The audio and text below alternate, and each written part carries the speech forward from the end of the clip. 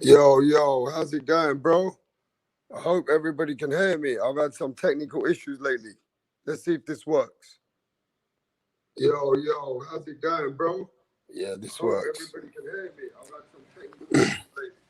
Let's see if this works. What's going on? What's going on? It's your boy, WBK in the house, grinding it for all this boxing. I mean, it might not have been the biggest fights this weekend, but I got to cover this, man. We got our own boy from London, Conor Benn. You know, he put on a good performance here yesterday for everyone, man. You know, he done the job on Sebastian Formella. You know, he was using his jab in there. He never got excited in the ring. He showed some maturity in that ring. I'm kind of impressed with that win, bro. You know what I mean? Conor Benn did what he had to do. Conor Benn actually showed composure in that fight. And Conor Benn was never hurt once in that fight. He was continuously the aggressor. In fact, after the fight, he said it was like a sparring match for him. You know what I mean? But at the end of the day, Conor Benn, he did it, me old China. He's on the map now. Old little Conor Benn, Nigel Benn's son, he did what he had to do with Sebastian Formella. We know Sebastian Formella was a durable opponent. Sebastian Formella is not a joke. He knows how to survive in that ring. Sebastian Formella is very, very experienced. And let's not forget, Sebastian Formella went all 12 rounds with Sean Porter. You know what I mean? Jed Carl, what's happening, Jed? Yeah, mate, just cooking it up there this early morning, bruv. What did you think about the fight with Conor Benn, man? Conor Benn's putting himself in the rankings now. It seems like Conor Benn has finally got some, he's got some attraction. There was like about 10, 20 YouTube channels in America showing the fight. And all the YouTubers were talking about this fight. So regardless if the opponent wasn't elite, one thing what Conor Benn has done, he has got himself into a position where it only can be a good fight now. And people around the world, especially in America, they know who he is now. Because, I watched the Sean Porter and Sebastian Formella fight, and Conor Benn seemed to hurt Sebastian Formella a couple of times in that fight. And he did, if not just as good, but better than Sean Porter. Like I said, Conor Benn's performance was better than Sean Porter's. That's a big statement coming from a guy who's had 15, 16 fights. He's 23 years old, and he didn't have much of an amateur career. Conor Benn does not have much of an amateur career. He's built himself as a professional. He had a bad fight, I think, a year and a half ago with Paynard. That wasn't a great fight. But, you know, everybody has an opponent sometimes that styles make fights, and that style wasn't good for him. But he had a rematch with him, and in that rematch, he won convincingly. Things happen. But Conor Benn, he did what he had to do. He beat a European level fighter, really. And let's be honest, Sebastian Formella is no elite fighter. But the fight which is coming next, which is what Conor Benn wants, and on his post fight, Conor Benn said, I want to fight Josh Kelly. I don't want to fight anybody else. Let's clean up the domestic uh, level fighters, and then I'll start looking at world level fighters. Now, let me say this. Josh Kelly was talked about not long ago until he had this draw. I got to check who he had a draw with, but I know he drew with the guy who lost to Ugas, Jones Jr. I got to check his name. But Josh Kelly drew to the guy who lost to Ugas. But if I'm not mistaken, the guy also had a draw with the Calavasquez. That's the guy who had a fight, Mean Machine. Yeah, his name's Mean Machine. The guy had a draw with Mean Machine. But again, Josh Kelly, when he stepped up, he had a draw with Ray Robinson. And it just seems to me that Josh Kelly was the fighter that everybody was speaking about in England before all that he was the best thing since sliced bread coming out of England. There was a lot of hope for Josh Kelly. There's still a lot of hope for Josh Kelly. Josh Kelly's one of the top talents coming out of the amateur ranks out of England. Josh Kelly has cleaned up all the amateur ranks in England. And he's been, built up, and he's at 10-0 right now with one draw.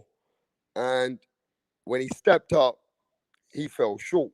All that showboating and everything else that Josh Kelly was trying to do, what he did in the amateurs, shows that he cannot do that in the pros.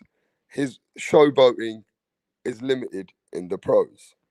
But what I will tell you is that we got some fights coming up in our domestic welterweights. So if Josh Kelly and Conor Benn can get it down next year, that would be a good fight. Providing Josh Kelly's already matched up with a fighter and he wins that fight. But Conor Benn only wants that fight. And that's the fight he's looking for. So what do you guys think about that? Conor Benn in England versus Josh Kelly. Now, it's already been said, Eddie Hearn's looking to move Conor Benn in the right direction. If you ask me, they shouldn't move him too fast. We should move him slowly, as in, if he can't get Josh Kelly, I wouldn't mind seeing Conor Benn in with the guy who drew with Josh Kelly, Ray Robinson, or somebody like that.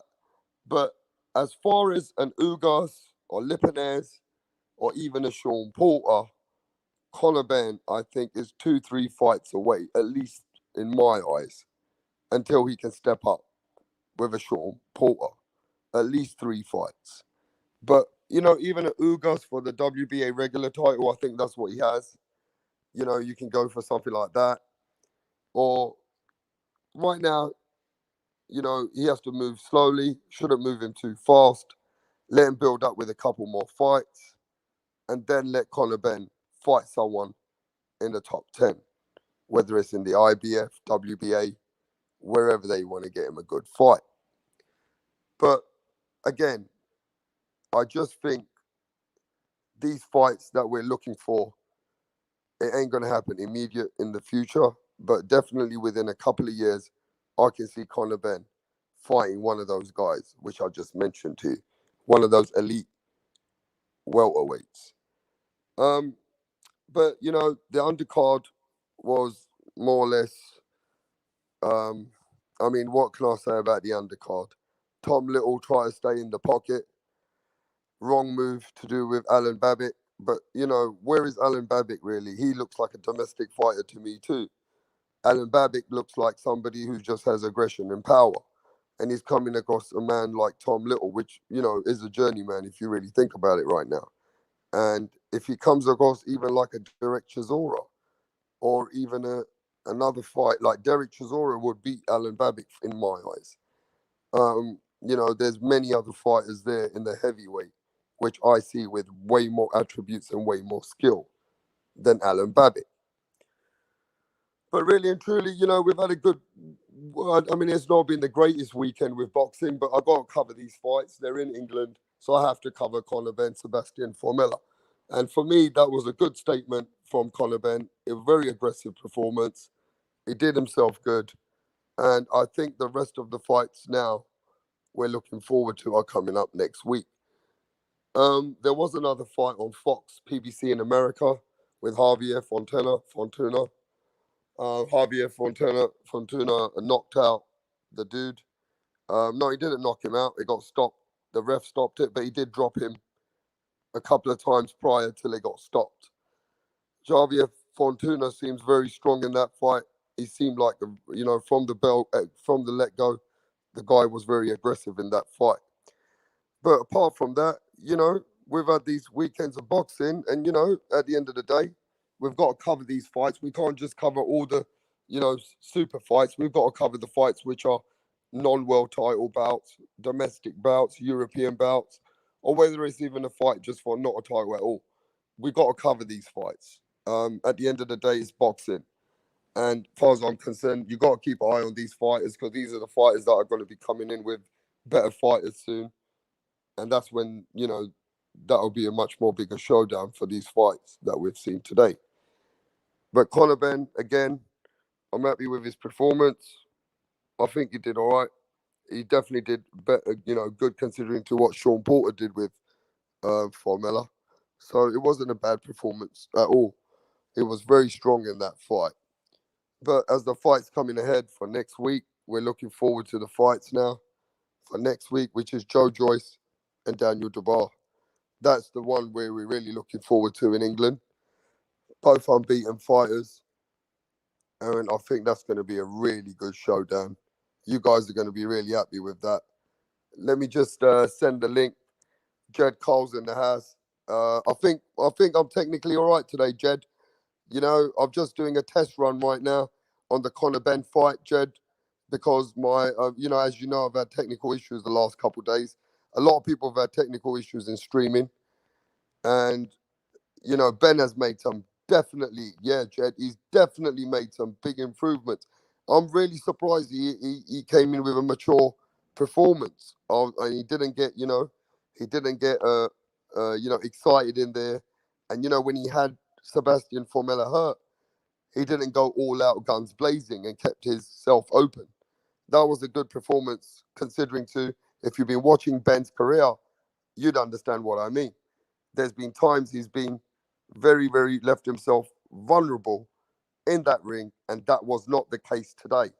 That definitely wasn't the case. Hey, Jed, let me just send you the link, bruv. Let me send you the link here right now. Yeah, you're a moderator, and I'm going to be making moderators and giving ranches out to my loyal subscribers, bruv, and you're one of them, Jed. You've been with me from day one, bruv.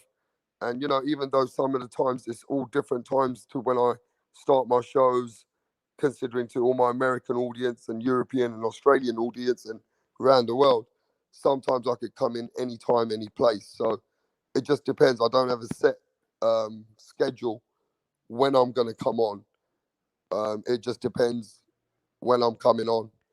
It could be spur of the moment sometimes, or sometimes it could just be, I've got in late and, I've got a couple hours to kill. It just all depends. But everybody in streaming's been having problems. I'm doing a test run for all of you just to let me know if it's all working correctly right now. Because we've been having problems. I couldn't hear the panel. The panel couldn't hear me. Let me just see if it works today. Jed, can you hear me today, son? Yeah, I can hear you, brother. Can you hear me? Oh, I can hear you perfect, son. How's it going down under? Yeah, not bad. Fuck, we had some trouble with the mic the last few days. Good to get it going, eh? Yeah, I'm just doing a test run right now, actually, just to get it going. Do you like my logo? Do you like my new logo? Yeah, it looks wicked, eh? Yeah, rap star. Looks mad. Look, it's the rap star. Look, the W's got a rap on it, and the star's on the top. Yeah, you got rid of the Lambo, eh? Yes, sir. I mean, we got an intro coming soon. I've got a music video coming soon, and then maybe I'm gonna do a background in the next week or so. Oh yeah, what music you got? Some grime or drill or something? What's that, bruv? What music you got? Some grime or drill or something? Nah, I don't really listen to grime at the moment. They all love that in London though, eh? They love all that grime, eh? Yeah, the young boys do. I'm a bit older than 30, you know what I mean? I mean, it's good. Some of it's good. Yeah. Well, I'm 30. I don't like that. I don't like that drill stuff either. It's big here in Australia as well. They love the grime down here. All the young fellas. I like that drill stuff. I mean, it's got nothing wrong with it. The beats and all that's good. But I've got my own kind of music. I'm hip hop, R&B, soul. Yeah, same here, bro. Same here. I like my old rocky music sometimes when I'm training. Yeah. But yeah, man, I just wanted to do a test run today, because the channel's been playing up for me, and I've noticed. Yeah, so it happened to punch earlier for a little bit. It happened to some of the people during the week. But, I had a great interview earlier, if you watched it. I spoke to Teofimo Lopez Sr. Awesome. No, I'll have to go check that out, because I've been out today, because it's about 7:30. It's about 8 o'clock here in Australia, so I've been out all day. So I'll check that when I get off here. That's mad, bro. Yeah. We spoke to Teofimo Lopez Sr. He came on for a bit, telling us that's great. They're going for that fight in Australia with Cambosis. You guys have got a big showdown coming up. He's coming over there.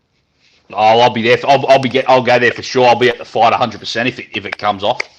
Yeah. They really want to see if it can come off, because some of the productions in Australia are trying to get this together. I think it might happen. I think they're very adamant that this could happen now. How do you feel about this fight? Uh, Lopez against Kambosos in Australia, bro. well, the actual fight itself, I mean, Kambosos grew up only 10, 15 minutes from me, but to be honest with you, I think Lopez is a level above. You know, I think he's the better fighter, so I do think he'll win. But Kambosos will have a go. You know, he's got a lot of heart, and he'll give it his best. But as far as the fight being in Australia, great news. That's great for the sport here. And if it's in Sydney, I'll be there 100%. I'll be in the crowd. I'll be sitting there watching the fight for sure. I'll be there 100.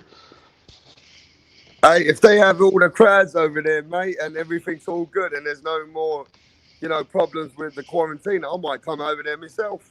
Oh, yeah, that'd be unreal, bro. I used to go everywhere before, Jed. It's just things have changed at the moment. Yeah, that's the I mean, it's fucking. When we come back to England, we got to get quarantined. Yeah, that's how it is at the moment. It's fucked. Have you been to Australia before, or? No. I haven't been to Australia yet. I've been a lot of places. Just ain't been to Australia yet, mate. Oh, well, that'd be a perfect time to come, eh? Yeah, definitely, for sure. I mean, I can't wait until the things get better. But look, that's going to be a great showdown, man. Kambosos is a good fighter, man. At the end of the day, I reckon he's going to put a better show than people believe.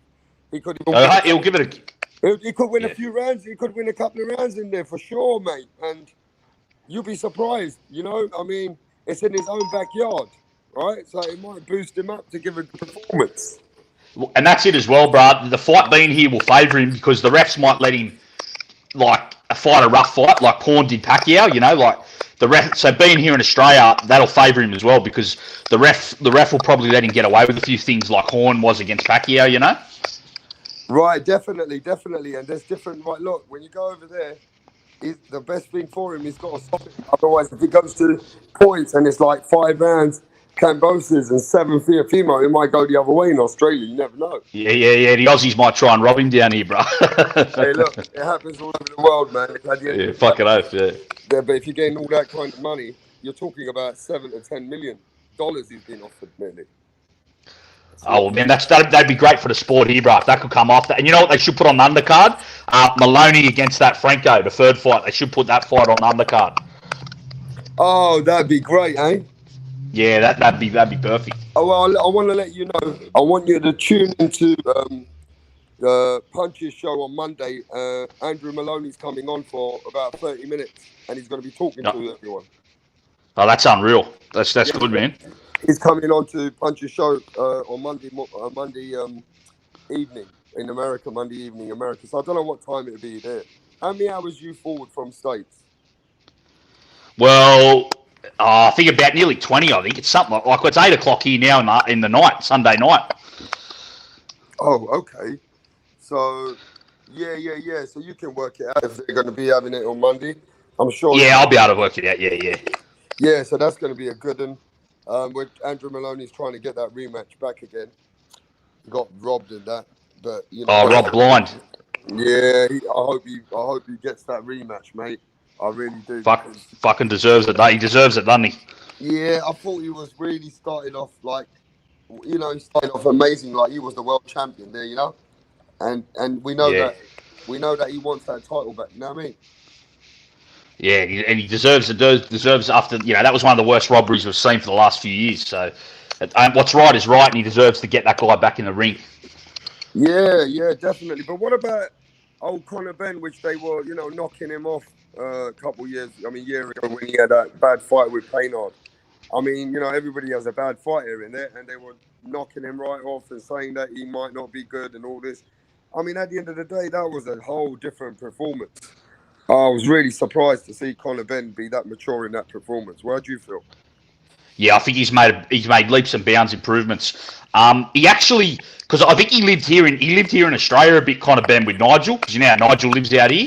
So I think when he's moved back to England, he's been working every day and improving as a fighter. And I just think it's probably taken a couple of years, and now he's really starting to find his identity as a fighter. He's starting to really find his own style, and he's developing into a decent prospect. Yeah, definitely. I mean, I really, really think at the end of the day, that done him really good. There was like 15, 20 channels all over the world who covered that fight. And there was loads of people in America that I spoke to actually know who he is now. And that really does you a lot. You know what I mean?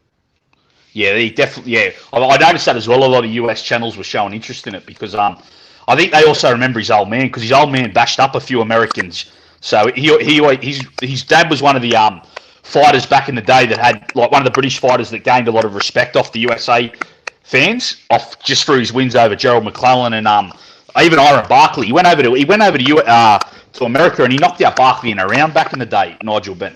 Yeah, I've seen that fight, and I think before that he went over to Alexander Palace and knocked out Doug DeWitt. He did. That's who he won the title off, WBO, I think, middleweight title. Yeah, I mean Nigel Benn was a different breed, bro. Yeah, he's a fucking G, wasn't he? Yeah, there's not many Nigel Benns in this world, but you know, at the end of the day, we can't look at Conor Benn as his dad. We got to give him his own, you know, because it's not fair on him.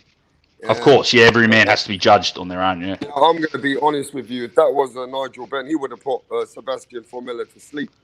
But that's 2 rounds it would have lasted. 2 rounds. Yeah, but you know, he was a very aggressive fighter. But I think Conor Benn is a way more improved fighter in the last year that I've seen. He's way more improved in the last 2 years. I mean, that I can definitely tell you. For sure. Improved leaps and bounds. Yeah, leaps and bounds, mate. That kid really improved there. I mean, hey, listen, Jed, I hope you know that I've made, you're one of my first mods. Is that what they call it? Yeah, I think so. The thing with the wrench, yeah. Yeah. They call it a wrench. So I've sent you one anyway, right? So you're one of our like boxing family out here now. Appreciate it, brother. Big respect, my bro. Yeah, definitely, mate. I'm just trying to work out how to edit. See, I put these signs like donation, cash out, but the thing is, you can't read the whole rest of it. So I'm trying to go back into the edit so that I can put it together and squeeze it out a bit. Yeah, I'm just learning the internet myself. I don't know any of that. Yeah, no, I'm just working on this YouTube freestyle at the moment. As you know, every week I get better. I'll start learning better things and start knowing how to edit better stuff. I didn't have a computer till I was about 22, 23. I didn't even have one in my house, so I'm new to it, you know. Well, there you go, mate. Not everybody's got a computer, eh? yeah. I just didn't care about having one, you know, growing up. But it's the world. It's everything now in the world, you know. Yeah, definitely, man. Definitely. I just didn't care about having one. Yeah, man. I'm just trying to edit this thing. Just bear with me for 1 sec, bro. Yeah, it's all good. Bear with me for one. How's the weather in Australia right now? It's starting to get real hot, real warm now. Okay, we got people coming in the building now. Let us know if you're here. Smash the like button. If you're new to the channel, we're talking about boxing. We cover all kinds of boxing, whether the fight's really big, whether the fight's really small, if the fight's domestic. Sometimes we'll just cover all kinds of fights. Of course, we can't just cover super fights all the time. We have to cover the fights which are going on, which are, you know, fights for us. We're boxing fans. So not everything's going to be a super world title. It's just the way it works. So yeah. I'm just trying to work out this layout at the moment. Just give me a sec, bro. No worries. While you're doing that, I'll give a shout out to my mate watching Shady, Lebanese G's, watching the stream right now. Straight stand-up guy. What's his name? Shady Amin. He's one of my mates. He's just watching the stream, so shout out to him. Yeah, Shady, man. Respect to you, bro. Where's he at? Australia, yeah? Yeah, he's Lebanese, though, so he's a Lebanese G. Oh, mate, the Lebanese man, then. What's up? Yeah. Hey, look, what's doing one is saying, what's up, Jed? Yeah, that's him. That's Shady Amin. That's my Lebanese brother. Hey, Lebanese food is amazing. How good is it, eh? I go to Lebanese restaurants, mate. The food is absolutely the bollocks, bro. It's mad, eh? How good is it? Unbelievable food, mate. Oh, mate, their food is just too good, man. Every time I'm there, I want to put on 10 pounds if I can. Yeah, you got to watch out. You'll put on weight going there every day. You won't stop eating, you know. Oh, the food is absolutely the bollocks, man. But, you know, we got good fights coming up next week. We've got Joe Joyce and Daniel Jabbar in London next week. Yeah, I'm looking forward to that, man. Oh, yeah, man. I'm looking forward to that too.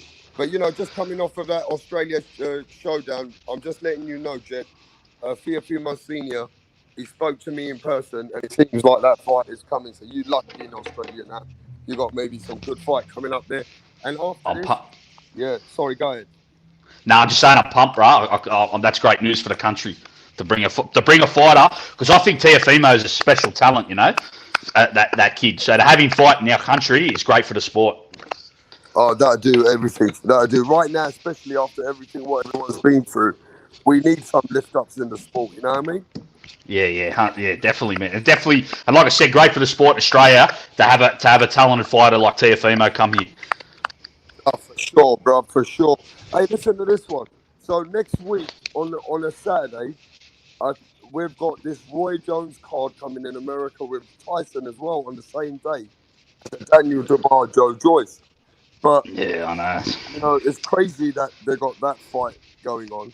I've been reading about it, but some people told me they're going to wear head guards. And from what I'm reading, they're not going to wear head guards of that fight either in America. Yeah, like I remember I was saying on their last stream, it shows because the young fighters aren't fighting enough. These two old fellas are they're relevant and getting all the attention. Back in the day, no one would give a fuck about these two old lads fighting, but it's because these young guys aren't doing enough work that these 55-year-olds are coming in and they're more relevant than anyone. It's a bad look for the sport, It's crazy, bro, the way things are going these days, especially with this.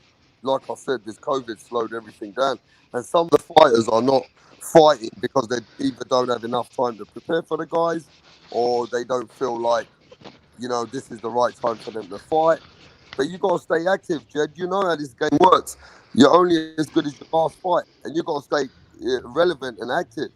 And 100%. no matter Every what it three, is, four bro. months at the least. Like, now I've been a lazy fucker for the last few weeks. I have been lazy for about a month. But in the beginning, about 6 months ago, I trained really hard. I was training hard about a couple of months ago myself. It just depends on the atmosphere. But there's no excuse of not keeping yourself relevant and training really hard, is there? No, not at all. And like in boxing, you should be fighting every 3, 4 months at the least. I fucking hate this 2 fight a year, 1 fight a year shit. It fucking does my head in. It's disrespectful to the sport even. Like it's back in the day, guys were fighting once a month even, in the 50s and 60s, and these guys complain about having to fight 3 times a year. It fucking does my head in. For sure, man. I mean, right now, it's just a shame we're not getting all the fights, but that's why we got to be happy with what we have got and what fights we have got to make.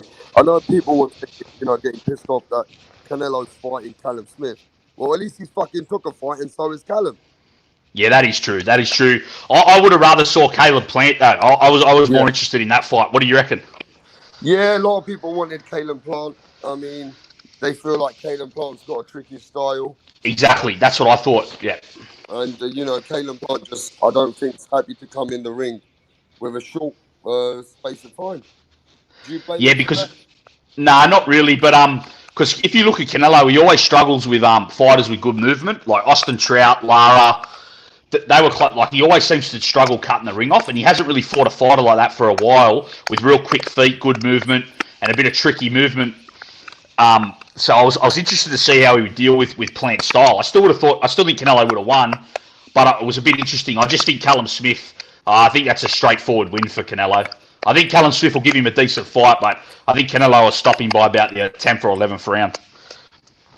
Right, got you. I mean, hey man, you're making sense there, bruv. I mean, look, Callum Smith's a really tall fighter, but his body's going to be exposed, and you know who's great at body shots? Saul Canelo Alvarez.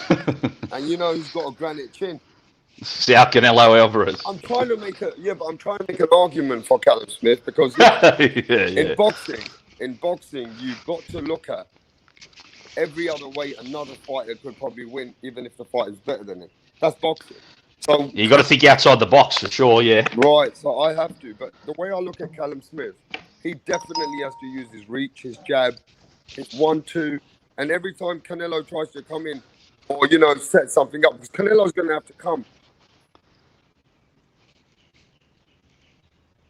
Callum's got to try and get him at the time where he's keeping him long as he's coming in.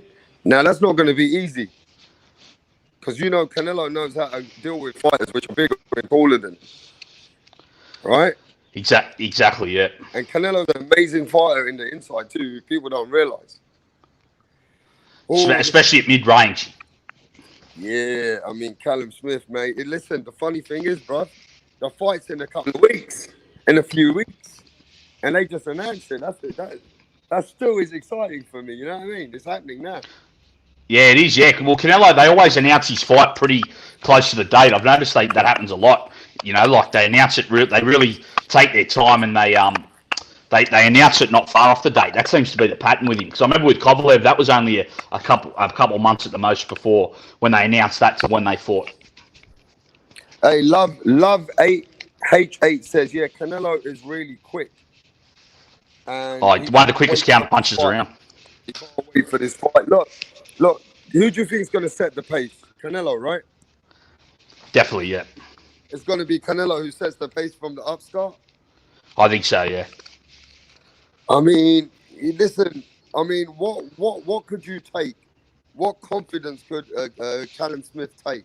What performance can Callum Smith take of Canelo's and see that he could, do something better? What performance could Callum Smith look at of Canelo's past performances and take confidence into the fight?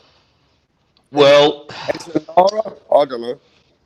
I guess maybe Golovkin in the first fight seemed to control Canelo at distance with his jab and his length for a few rounds at a time.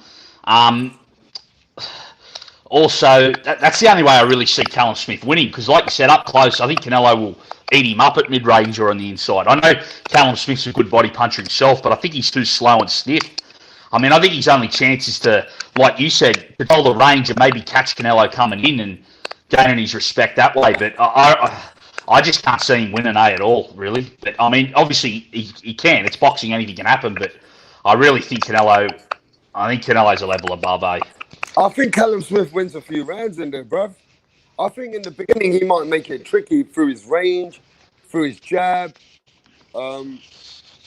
You gotta remember Callum Smith is also. He might not have been in with elite guys. I mean, he dealt with George Groves. He dealt with the super tournament. I think he's got some experience to the point where he can win something in the beginning, and then Canelo starts to download data and realize. Well, that's what I think will happen. I think he might have a bit of success the first few rounds. I think Canelo takes over after from the 5th or 6th round. Hey, what does the chat think? We've got loads of people coming in and out of the chat now. Smash that like button. Subscribe to the channel. Notification. I'm covering the Daniel Dubois and Joe Joyce fight next week. Live commentary straight from WBK. Rap Star Boxing Knowledge. We're going to cook that fight. And I'm just going to start with this, Jed. I'm going to tell you how I feel. Daniel Dubois for next week in England. I feel like he's going to go in there and try his best to stop Joe Joyce. But could that be everything that Joe Joyce knows about what Daniel Dubois is trying to do in his game plan? Because you know what he's going to try and do. He's going to try and overpower, overbully him. Do you think that could be detrimental where he's so young and Joe Joyce has got such great experience? Some people say that Joe Joyce might pull this victory out or he wouldn't have took this fight. How you feel about that? 100%. It's a dangerous fight for Dubois. Definitely. It's a big challenge. That's why we're all interested in it. I am picking Dubois to overpower him and knock him out. But Joyce is definitely going to cause some problems. And his experience and the longer the fight goes, it's definitely a dangerous fight. Like I was saying to you last time, Joyce is one of them fighters. He's slow, but he's surprisingly accurate. He lands most of his punches. He's one of them fighters that he's probably better than what he looks. And when you're in there, you realise how good he is. And I think Dubois will learn that when he gets in the ring with him. But I still think his power will bail him out and he will stop Joyce, say by the 7th or 8th round. But it's definitely a dangerous fight for such a young fighter to take. It's really an interesting matchup. I can't wait. Yeah, your pal from Australia says he likes Joe in that fight, mate. Oh, does he? Okay, yeah. Yeah, but I speak to a lot of women, and they've become very sentimental through these comments that Joe Joyce's mum's blind, and a lot of women in the boxing world are really pissed off that they've heard that Daniel Dubois said something negative about that. Did you hear this? Yeah. I mean, it's all just mind games before the fight. Yeah, he's trying to get in his mind. He's trying to get his mind, and he's trying to get emotional. People look too much into that. That's just talk. To get in the ring, you're going to war. So whatever you could say that might that can help in battle, you use. People take words to this is the most dangerous sport around. People pay too much attention to that. That's just all mind games, psychological warfare. That don't mean nothing. All that matters is what happens in the ring. Your friend also made a very good suggestion. It's a 50-50 fight. I'm not going to lie to you. Yeah, I think it is. I'm not going to lie to you. I don't know what Frank Warren's doing. He could have made money with Joe Joyce and put him somewhere else, and he could have He can make a lot of money with Daniel Dubois. I mean, these are fights that you got to respect Frank Warren to put him in there, man. I mean, you got to appreciate that he's letting them fight. I mean, I don't really like Fish Eyes that Warren that much, but I mean, I got to give him credit for making this fight. Especially right now. I mean, we're watching these guys. They're both prospects, and they both look at they're in world rankings. Both of them in world rankings, bro. Look. Yeah. Sorry, but look, let's put it this way, right? You think about the heavyweights we got. Yeah, Tyson Fury, Anthony Joshua, Deontay Wilder, Usyk, Joseph Parker, Derek Chisora, Dylan White, Povetkin. But outside of that, these guys are the next ones coming up. Yeah, they're the two. They're two of the biggest prospects for 100%, and they're fighting each other, both undefeated, both top prospects. These are the fights why we love the sport. This is the fights that make boxing great. Hey, I love it. I just can't wait for this. I mean, I'm not gonna lie. I can't wait for this weekend. This weekend is special for me because it's a big fight. I've been waiting for over a year for this fight, Jed. And they're both from London, aren't they? A year and a half ago. And they're two London boys. Are they both from London, the lads? Yeah, mate. Yeah, so two local boys for you as well. Oh man, and we're gonna be getting. Oh man, I'm getting the punching bag out myself before it starts. I'm hyped up. I'm really hyped up for this one. I am hyped up for this one. You know what it reminds me of? This reminds me of Joshua, Dillian White when they fought 5 years ago. Like two top prospects in Britain going at it. Yeah, definitely. I mean, it was just that in this one, it's a bit more 50-50, whereas Joshua and Dylan White was 60-40 Joshua's favour. Yeah, I agree with that. I agree, yeah. Joshua was always the favourite to win that fight. Yeah, this one's a little bit more closer than what people think. But look, anything can happen. It could be a knockout in the second round. Yeah. Well, Dubois could just run over him. He's a dangerous... He's punching like a beast at the moment. So, he could end the fight at any time. Yeah, but you think about this, Jed. Joe Joyce is one of the amateur kings of what he's done in the amateur world, right? He's way more experienced, right? 35 years old, came late in the professional game, came very late in the professionals. But you imagine as a 34, 35-year-old who's been fighting all his life, has got a major amateur record. This guy must know that Daniel Dubois coming in there with all this power and trying to knock him out. He's got to have a great game plan himself, I'm thinking. He's got something that they've been working on, Jed, for a while. And he's very confident. Did you watch the face-off? Nah, I haven't seen that, but I've seen interviews. He's definitely confident. Like, in his mind, he thinks he's going to take this kid to school. You can tell, He's 100% confident. So you haven't seen the face-off, which happened yesterday, right? Nah, I haven't seen that yet, but I'll go check it out, definitely. Yeah, the face-off is very comfortable. He's laughing. Daniel Dubois laughing. And he says, look, man, I'm going to smoke your boots. And the other guy, Joe Joyce, says, look, man, I'm ready for everything you want to bring for me. This is the worst thing you ever did, was to accept the fight with me. And sorry. No, go ahead. Yeah, no, and I'm just saying, when you watch the face-off, you'll see both of them are really just as happy to be in this ring with each other. Yeah. Well, one of the best channels on YouTube. Have you ever watched Boxing Beats and Rhymes? He's one of the best channels on here. Where's he from, bruv? He's Jamaican from, I think he's from Tottenham in London. He's Jamaican heritage, though. Okay. I'll have a look at his channel. Anyway, yeah, he's got a great channel, mate. Unbelievable amount of knowledge. Anyway, he's very confident that Joe Joyce is going to win. Wow. A lot of people who's been in the game for a long time also are very confident with that, because they think that Daniel Dubois can always rebuild. He's only 23. Unrivaled as well as Pick and Joyce. You know the Irish fella, Unrivaled. No, I don't really know him. Who's that? Mark, Unrivaled. Okay, yeah. Right. He's very knowledgeable as well. He's picking Joe Joyce. Well, look, part of me wants to pick Joe Joyce, but I've put money on Daniel Dubois. It's weird, man. I mean, how can Joe Joyce give up all his career to Daniel Dubois? I'm thinking. You see what I mean? I mean, he's 35, and if he loses here, he'll stay at domestic and European level. You get what I'm saying? He might not have a choice though. Dubois might put his lights out, so he might not have a choice. Yeah, I mean, he's a good fighter. I mean, he's a really good fighter. But look, I think Daniel Dubois, you got to give credit to. He wants all the smoke. After Nathan Gorman and everybody else, he's been wanting all the smoke. So, I mean, definitely does. You can only credit a fighter who wants to fight. And sorry. No, I was just agreeing with you. Yeah. Look, Daniel Dubois, right, he could have gone another route. He didn't have to go this route. He didn't have to take this fight, bro. No, he didn't. That's what shows that he's for real. He wants to step up, and that's you got to give him full respect as a boxing fan because this is what we asked for, you know. Hey, love, hate. HH says I'm so hyped up now. He's just really hyped up for these fights now, for sure. Yeah, he says he wishes he had a punching bag right now. Well, just do some shadow boxing, brother. That's a good workout as well. Hey, listen, get ready, man, because next week you've got to be doing some shadow boxing. We don't know what's going to happen in that ring. It's nice to feel.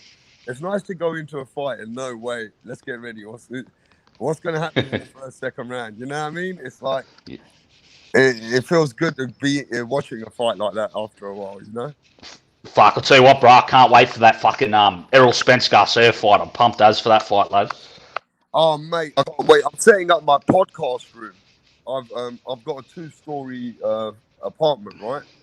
Yeah. And upstairs, I'm cleaning everything up, and I'm making a boxing podcast room soon. And I'm hoping, that's mad. Yeah, and I'm trying to get some pictures and all that stuff. So I'm working on that, but I was trying to get ready for the Errol Spence and Danny Garcia fight with me headphones on. And sometimes I'm going to come on live myself, right? Yeah. But I won't be ready for that now. But I'm really hyped up for that fight as well, bro. I mean, I've met Errol Spence in person more than 1, 2, 3, about 4 or 5 times. 3, 4 times, 5 times. Oh, yeah. So you met him a few times, yeah? Where in Texas or?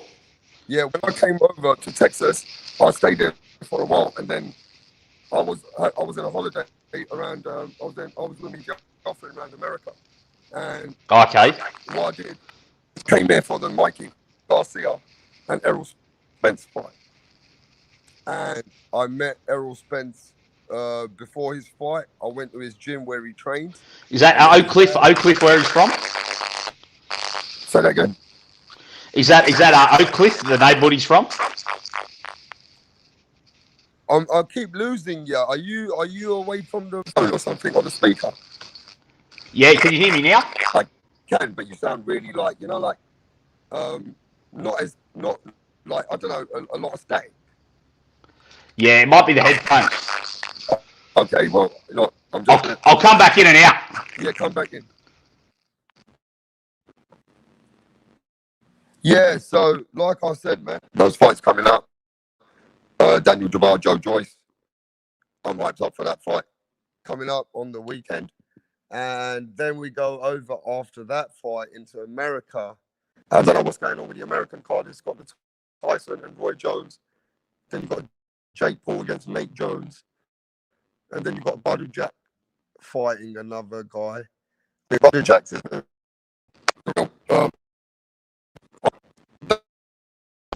fight. The rest are exhibition fights, I think. Give me a sec. Let me just send the link again, Jed. Let me send the link to you. Yeah, so just like I said, man, we've got those fights coming up.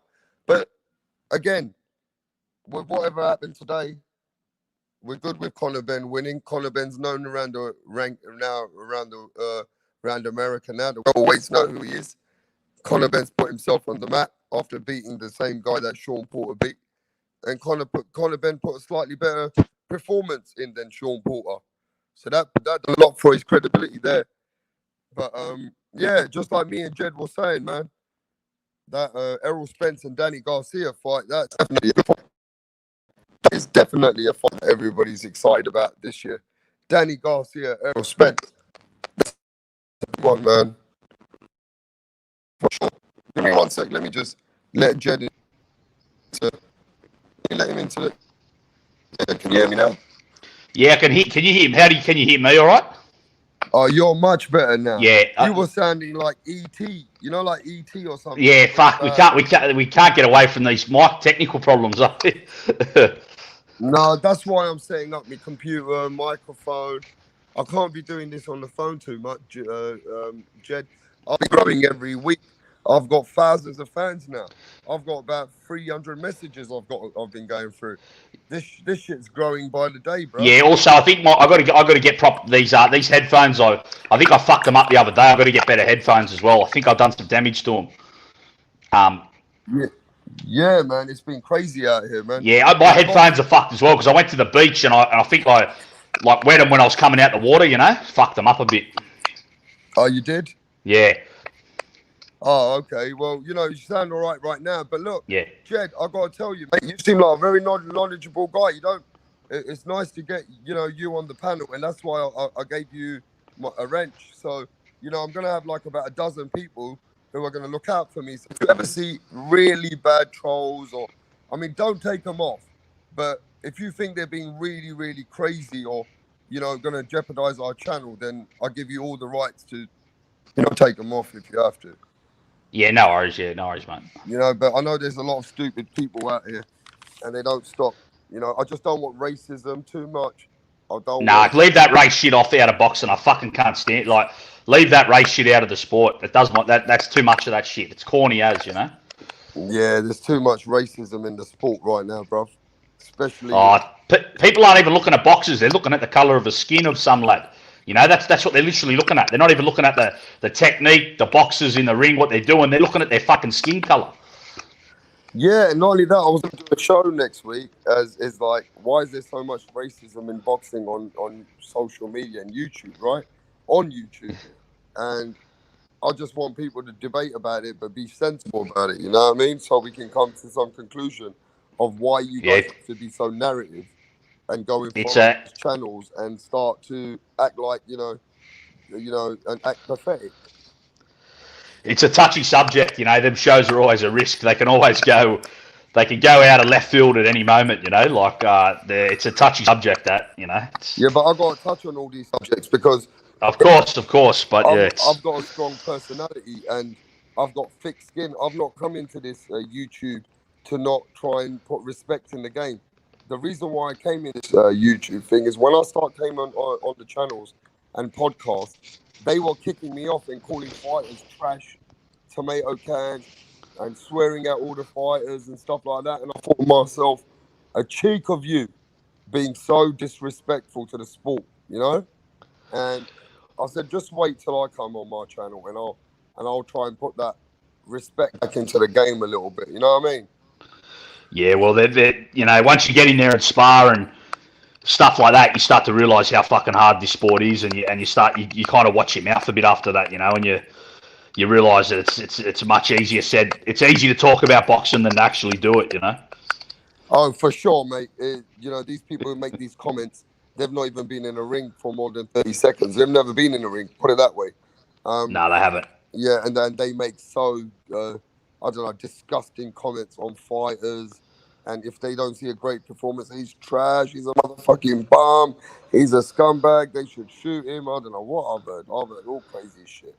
Well, see, a lot of that comes from, a lot of these fans just get so invested in a fighter. When they lose, they just lose their mind because they're too invested in a single fighter. They're like emotionally attached to him or something. It's borderline homosexual sometimes. It's fucking weird. So, you see when Wilder lost, all them excuses and that, they don't know what to do with themselves because they got so invested in one fighter. They put one fighter over the sport. Yeah, they're full of shit. so many channels are full of shit.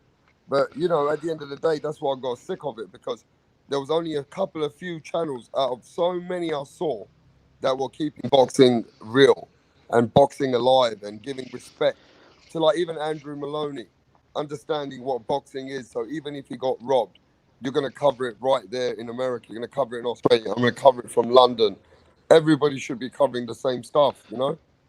Yeah, well, that's what my mate who commented earlier, Shady, he said, he goes, oh, how good is it that all these guys are backing Maloney up from different countries, like stepping up for him? I said, well, that's what the YouTube boxing community's there, so we can call out the wrongs that are done and give fighters respect when it's due. That's what this platform's for. You know what I'm saying? Yeah, Jed, for sure. But Maloney definitely deserves his rematch. Maloney did get robbed. You know, he was some beautiful jabs to the eye. He's giving some beautiful fast jabs to that eye, and I just can't believe it. I mean, sometimes you know, even though you want to give it a disco, what I didn't understand is how many rounds did they go to again? 4 rounds or 3? I think it was 3. So did they say that it wasn't enough time for them to put a score on the fight? Is that what they were trying to say? Yeah, weren't they even saying it was from a headbutt at first? Yes. Yeah, so I don't even know what the official ruling is. I was so disgusted with it. I don't even know what the official ruling was at the moment. I was that fucking enraged by it, you know.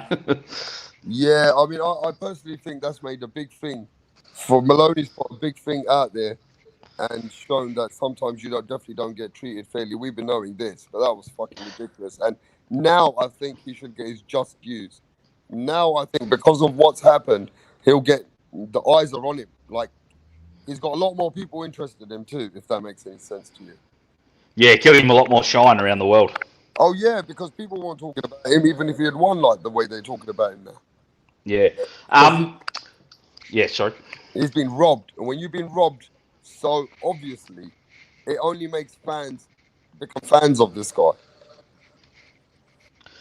Yeah. Well, and like I said, he was robbed. There hasn't been an Aussie robbed in boxing since Jeff Fennick got robbed in the first Azuma Nelson fight in Vegas. That's the last time an Aussie was robbed as bad as Maloney. Who was that? Jeff Prince? Who? Jeff Fennick got robbed against. Jeff Fennick got robbed against Azuma Nelson in the first fight in Vegas. Okay, I heard of this. I mean, I've not watched it, but I definitely read up on it. Yeah, but Azuma Nelson fucked him up in the rematch. All respect to him, but first fight, Fennick got robbed. Yeah, Azuma Nelson is the guy who did he have? He had great fights with, like. Legend. He knocked out Wilfredo Gomez in Puerto Rico, and he knocked out Jeff Fennick in Australia. So that's how great he is. And have you watched his fights?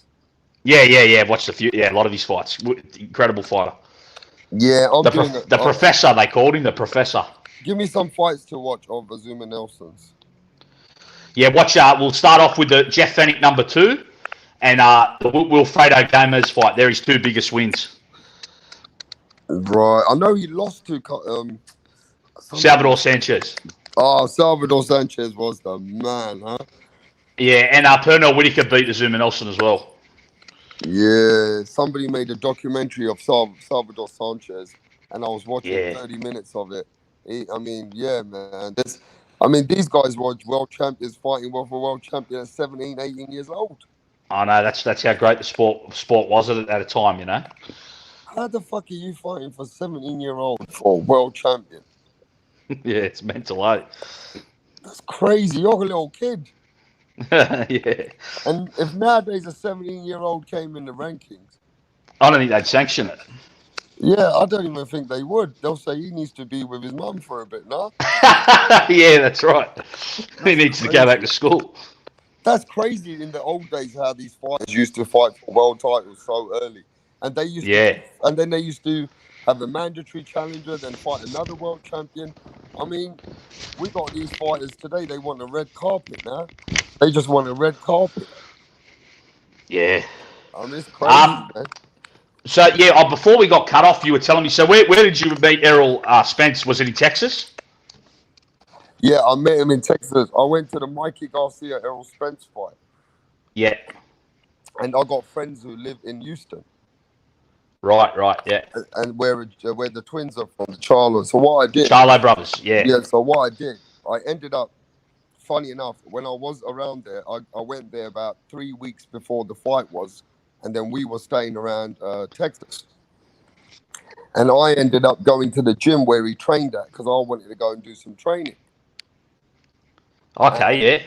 and he was really look. The guy was a great guy with me. He was humble. Took pictures with me. I met his dad. They told me to come back. I came back, and I had a friend in Sky Sports, and my Oh, friend in right, Sky yeah. Sports wanted me to set up a meeting with them. So I went back there and I set that up. Oh, that's mad. That's unreal, bro. And then I went to watch the fight. And then Errol, after the fight, at 3 o'clock in the morning, he was so busy and he was leaving the hotel and everything. He still took a picture with me after the fight. Oh, well, he's, yeah, stand-up guy then.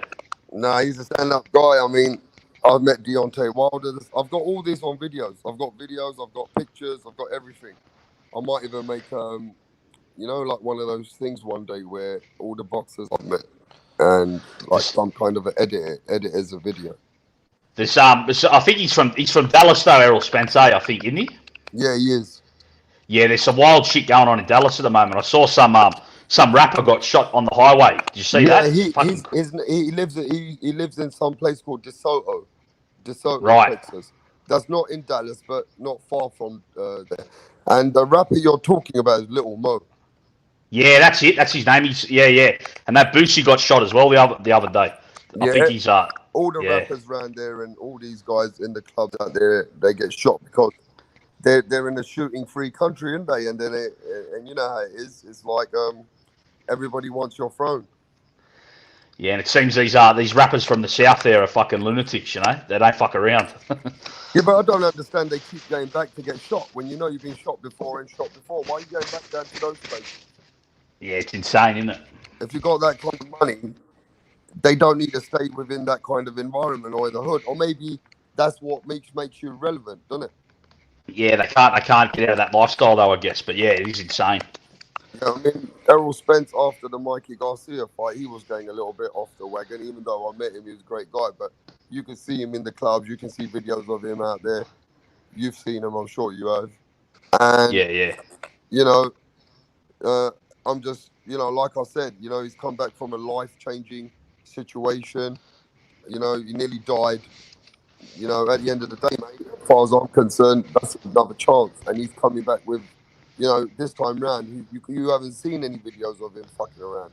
Now you know he's humbled down and just getting his shit together and working on his craft. But maybe, Well, that's what's changed him again. this could be the best thing that happened to him. It might turn him into a complete, even more of a beast. Dedicate him to the sport more. Make him realise that he can't waste his talent and make him a whole nother level of a fighter. You know.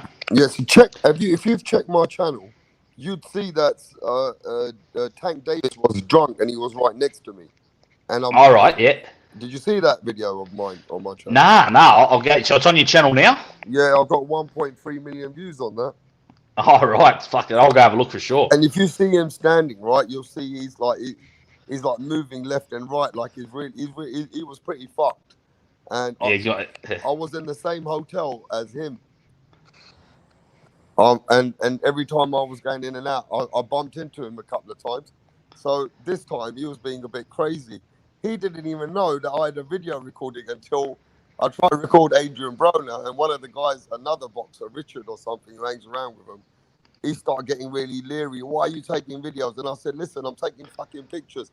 And I kind of like gave it to him. Like I knew at the end of the day that, I mean, I might be in the hotel in that, but when he was being loud, I ended up putting my phone in my pocket then. But I made the video. I got 1.3 million views out of it. Well, where because Tank's Adrian from Broner was being Baltimore. rude as fuck. Adrian Broner was being rude to women, drunk, and I saw him at 3 o'clock in the morning, and he was being really fucking aggressive and being silly towards ladies and that. So I said, you know what, I'm gonna record this fuck. He's got no respect. But I ended up recording Tank instead. Yeah, fuck Brainer anyway. He's a hype job. Yeah, Adrian Broner's an idiot. Yeah. He's an idiot. I met But Wilder. Yeah, he seems like you know what. My mate actually went and a guy I know here. He's Scottish, but he lives in Australia. He went and flew over to Alabama and spent a week with Wilder. Holy fuck! Yeah, he went and spent a week in Alabama and went to the gym, went for dinner with him, and that took all these pictures and wrote a story. It's actually you'll be on the internet. You'll be able to find it. His name's Gary Todd. Just I'll type in Gary Todd, Deontay Wilder. He wrote a story about him before the second Fury fight. You met any boxers or anyone in Australia? Hey, mate. You met any boxers or any guys in Australia? Well, I wasn't actually there, but Jeff Fennick was in our family gym a couple of weeks ago. Oh, that's awesome, bro. That's amazing. Yeah, he brought his top prospect, this kid Brock Jarvis. He brought him into our gym. Oh, that's fucking fantastic. He's did some pad work. Yeah, he's training kids, is he? Yeah, and Johnny Lewis was that was Costa Zoo and Costa Zoo's trainer. Johnny Lewis was in our gym as well a couple of weeks ago. Oh, mate, you got all the Australian fraternity going in and out. Yeah, and even years ago, my dad brought a Mexican fighter out, Hector Lopez, to speak at this a benefit night here. That was when I was a kid though, like 20 something years ago. So, what do you think of Tim Tszyu in Australia? What do you think of him? Yeah, he's well. I was there live for not the Horn fight, the fight before. I was front row, and I was impressed with how he looked up close. You know, the way he controlled the ring and how the way he dealt with the fighter was only a domestic Aussie level fighter, but the way he dealt with him, I was impressed. So I think he's got a big future. He's just probably a year or two away from being on the level of the top guys in his division. But I think Tim Tszyu did just as a good job than Terence Crawford. Yeah, he did, but I think Jeff Horn's not good at 154. At that weight, it's not his weight division, you know. Because at welterweight, Jeff Horn's biggest thing was his size and strength. At 154, he hasn't got that, and he's not that skilled a boxer. So I think he's ready. He's very limited at 154. It's not a good division for him. So, but still, Tim Tszyu did do what he had to do. So it was a very good win. I was impressed with that win because. I was too. Stopped. You know why? Because a lot of people thought it might be a unanimous decision. Tim Tszyu's too young. He's still got to mature. And a lot of people even thought he might get hurt in that fight. A lot of people were saying these stupid things. But Tim Tszyu, a lot of people picking Horn. Huh? A lot of people were picking Horn. You're right. Yeah, and Tim Tszyu totally destroyed Horn in there. Destructed him. And, you know, he fucked him up. He fucked him up. And I've got to give you this, what I like about Tim Tszyu. He's very calm. 100%. Calm mentality like Manny Pacquiao in that ring. And like his father. Yeah, and he used to spar with Manny Pacquiao. He was all in the Freddie Roach gym, getting experience when he was younger. So Tim Tszyu seems to be the real deal. That he wants the world title. He does want a world title. You can see the kid wants to do something. Oh yeah, definitely. He's 100% committed to the sport. I wish he had his father's power as well, though. You know, that's something he's missing as well. I think. What's that? I wish he had his father's power. I think he's missing his father's power as well. He doesn't hit as hard as his father. I think we should match him up with someone like Rosado, or even maybe Tony Harrison. What do you think? Not now, but soon. Soon, yeah. Like I said, I reckon he could probably beat the Brazilian champ at the moment, the WBO champ. Who's that again? Oh, Teixeira, I think his name is. Oh, Teixeira, yeah. I've heard of that dude too. I think Tim Tszyu beat him right now, I reckon. So you mean that's the best route for him to go and get a world title right now? I think so. Yeah, I reckon. Yeah, definitely, Jed. I mean, for sure. I mean, I think there's a lot of good things coming for him, but he's got to take it easy because, again, there's too many killers in that. There's lots. I mean, there's not many, but there's some good fighters in there. We've got Jarrett Hurd, we got Jamal Charlo, we got J Rock. You know what I mean? It's one of them divisions. I don't think there's any special fighters there, but there's a lot of very good, experienced, world-class fighters there. You know? Yeah, I mean, who's the best over there? Jamal, right? Yeah, definitely Charlo. Definitely. But he's not the best boxer, you know. No, he's not. He's actually. he seems to rely a lot on his athleticism and speed, you know, but he still does have a lot of skills. But do you see how many times he was getting touched up in the Harrison fight? Yeah, Harrison's quite a skilled boxer himself, though. Pretty well schooled fighter from Detroit, from the Kronk gym. But yeah, I agree with you. He was definitely getting touched up. Right, he was getting touched up a lot, and until he stopped him, you know, he Yeah. could have gone the first way where it was going the first fight. Man, Tony Harrison can't fight. He's an 8-round fighter. He can't. He doesn't seem to be able to box. Like he comes unstuck in the later rounds all the time. Yeah, I mean, I don't know, but Tony Harrison, he did really well in the first fight, with Jamel Charlo, and I really thought he kept with his, discipline. But again, look, as far as I'm concerned, Jamel Charlo, he's got power, but if you talk about boxing skills, I don't think he's got great boxing skills, man. He don't. He's got good athleticism, like he's an athlete, but he moves around on his feet well. But he's not got the greatest. He always gets touched up. Yeah, he's not the best boxer. Definitely not. He's not. That's why I think they'd never fight. But that's why to me, Errol would beat. I think Errol would beat everyone at 154. Hey, listen, L Dog. Did you go on your show today? Did L Dog have a show today or something? I think he was telling everyone he was going to go online or something. Was he? Oh, nah, I didn't know he had a show. Oh, is he starting to do lives, L Dog? That's good. I don't know. I heard earlier on L Dog saying that he was going to do a live or something, but I'm not sure. Oh yeah, he did. Oh, he went live. He said, "Look, he's got his own logo now. He's got L Dog. All right. You see that little logo he's got there with the dog with the pit bull? Oh yeah. Oh yeah. Right. That's mad. Yeah. That looks good, eh? Well, he had Hergovich on there for so long anyway. I couldn't use that here though. You know what the word dog is in Australia? No, it's a dog, isn't it? Yeah, but I couldn't say that because you know what they call dogs here in Australia? No, what do they call them? A police informant. That's the name for a police informant, a dog. Really? Yeah. So we couldn't use that here in Australia. What do you mean? They can't call them like if you say dogs, you're a police informant. Exactly. Yeah, it's like how in England you call a police informant a grass or a grass even a grass. You still say yeah. In Australia they say dog for a police informant. Yeah, that's crazy, man. I've never heard of that in my life. Yeah, it's only here in Australia. I'm not from Australia, so how would I know? No, that's what I'm saying. In Australia, I couldn't use that name. Hey, L Dog, you'll be a grass if you use that in Australia, mate. Yeah, I think in New Zealand's all right though. I don't think they use that word in New Zealand, so he's all good. Yeah, Alan Babic fucked up Tom Little, but you know what? Yeah, Tom Little. Did you watch that fight, Jed? Alan Babic. Nah, I missed that one. But Babic's the Croatian. No, I heard he's an exciting fighter. Hey, L Dog says that they call them pigs in New Zealand. They call grasses pigs. You hear me, Jed? Hey, listen, L Dog, Alan Babic, yeah? Wait, what's it? Give me a second. Right, let me just let Jed back in. Are you there, Jed? Yeah. I just went out from it. Yes. They call them pigs in New Zealand. They call grasses pigs. Oh, right. Yeah. See, every country's got their own names, eh? Hey, listen, Alan Babic, right?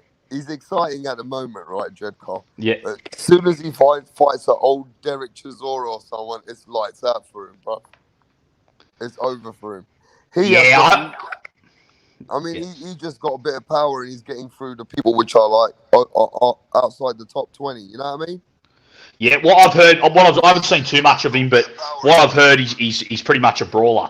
And but what I've seen of him, the other Croatian Hergovich would fuck him up. Yeah, Hergovich will destroy Babic. Hergovich will put a beating on him, retire him, bro. Yeah, they're crazy. People want to see that fighter crazy. They'll get Babic hurt in that fight. Yeah, they'll definitely get him hurt, man.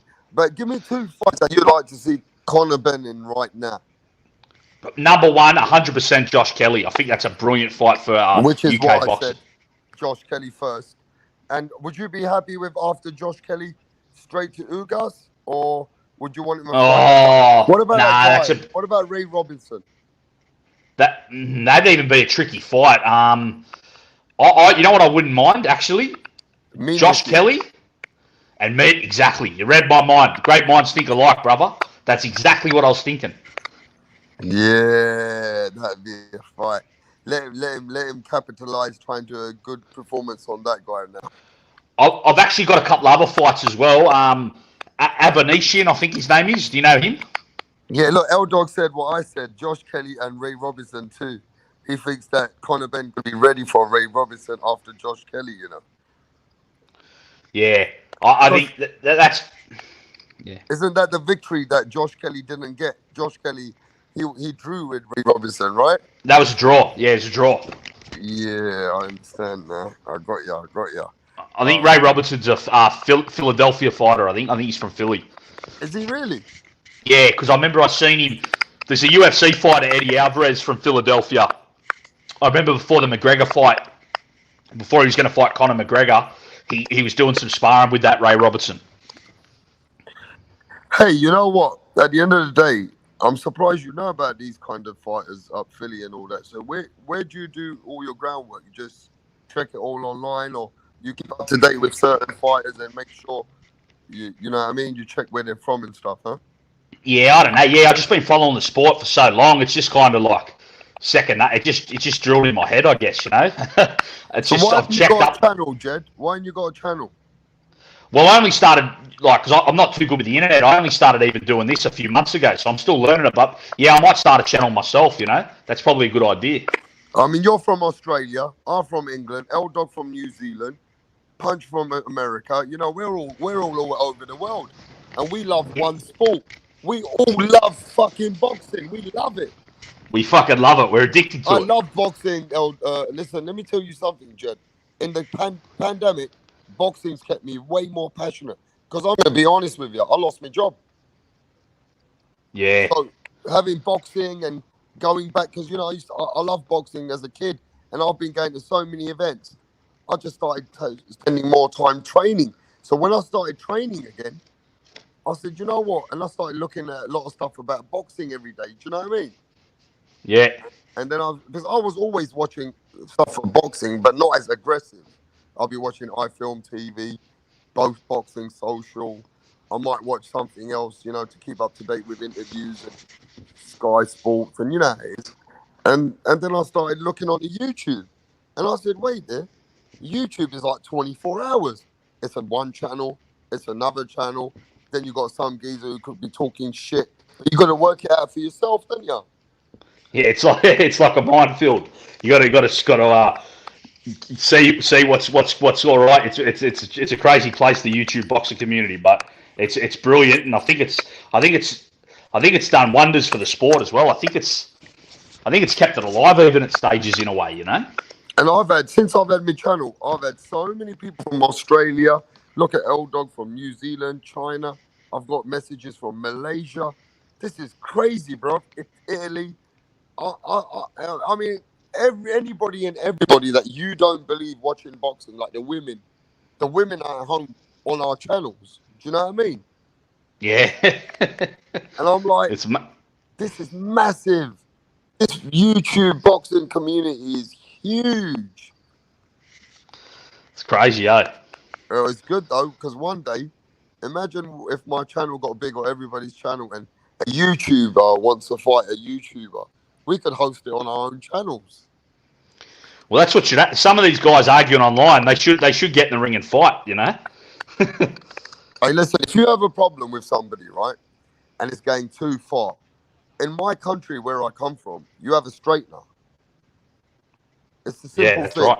You have a fight in the ring, a 3-rounder, and at the end of the day, best man wins, and you just shake his hand, say good luck. At least we fought it out, right? Yeah, and that's how you sort the problem out. Shake hands out after. Oh man, I can't wait to do that one day though, or host it. But it'll have to be really special for me to dig deep and go back in the ring after 15 years. Do you know what I mean? Yeah. I like to host it or promote it for others, and just use my channel because YouTube is so big. Look at what KSI and Logan Paul did. Well, they're the YouTubers that brought in millions, eh? Hey, listen, man, it's crazy, bro. They made millions more than boxers. What was sad though, they were so famous that Billy Joe Saunders and Devin Haney fought on the undercard. Oh yeah, they had actual world class fighters on the undercard. That's crazy, eh? Yeah, Devin Haney was on the undercard too, right?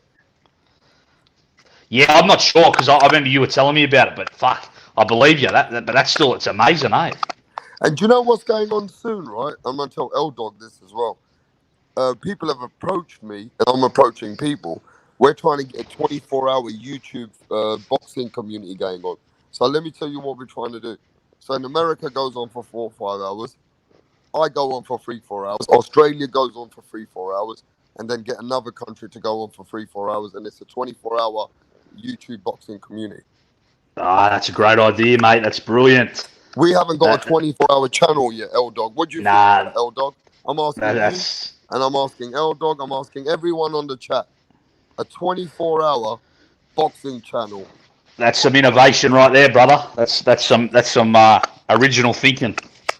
I mean, look, I'll have to involve you because your times are different to our times, so you can probably give a few hours. L Dog can give some hours. We can get Punch or somebody else. D Jefferson. D Jefferson actually wants to do it. You know him. Speak your mind. Yeah. He's always up for it to talk. He wants to do it. And then we just got to rotate the clock, and you got to keep the channel alive. Hey, D Hodges is in the place, bro. What's up, D Hodges? What's doing, brother?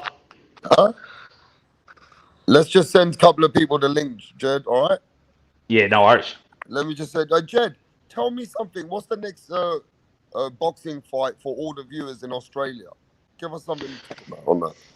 Yeah, Tim Tszyu, is fighting another domestic fighter here in December. It's in December.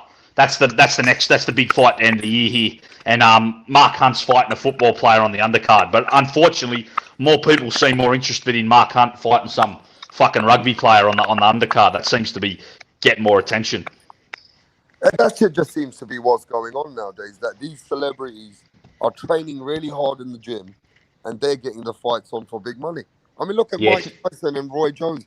What the fuck is Mike Tyson doing coming back after 20 years, bro? I know, man. It's fucking. What the fuck is he doing? Yeah, it's mad, and the fact it's getting so much attention, it's fucking weird. And then all these other older guys like Oscar De La Hoya is trying to come back. Then we got these Nate Jones coming from basketball fighting. Then we got these other guys that you. Oh yeah, I remember Nate Jones. He's a little point guard. He's about 6'1" or something. Might even be smaller. I remember him. He played for the I remember him playing for the New York Knicks. Well, he's fighting Jake Paul.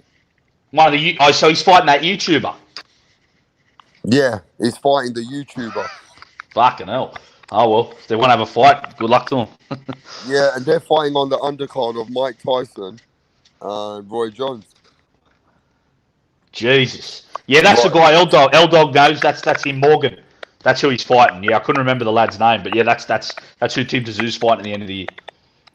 L Dog said that he has known Bowen Morgan for a while.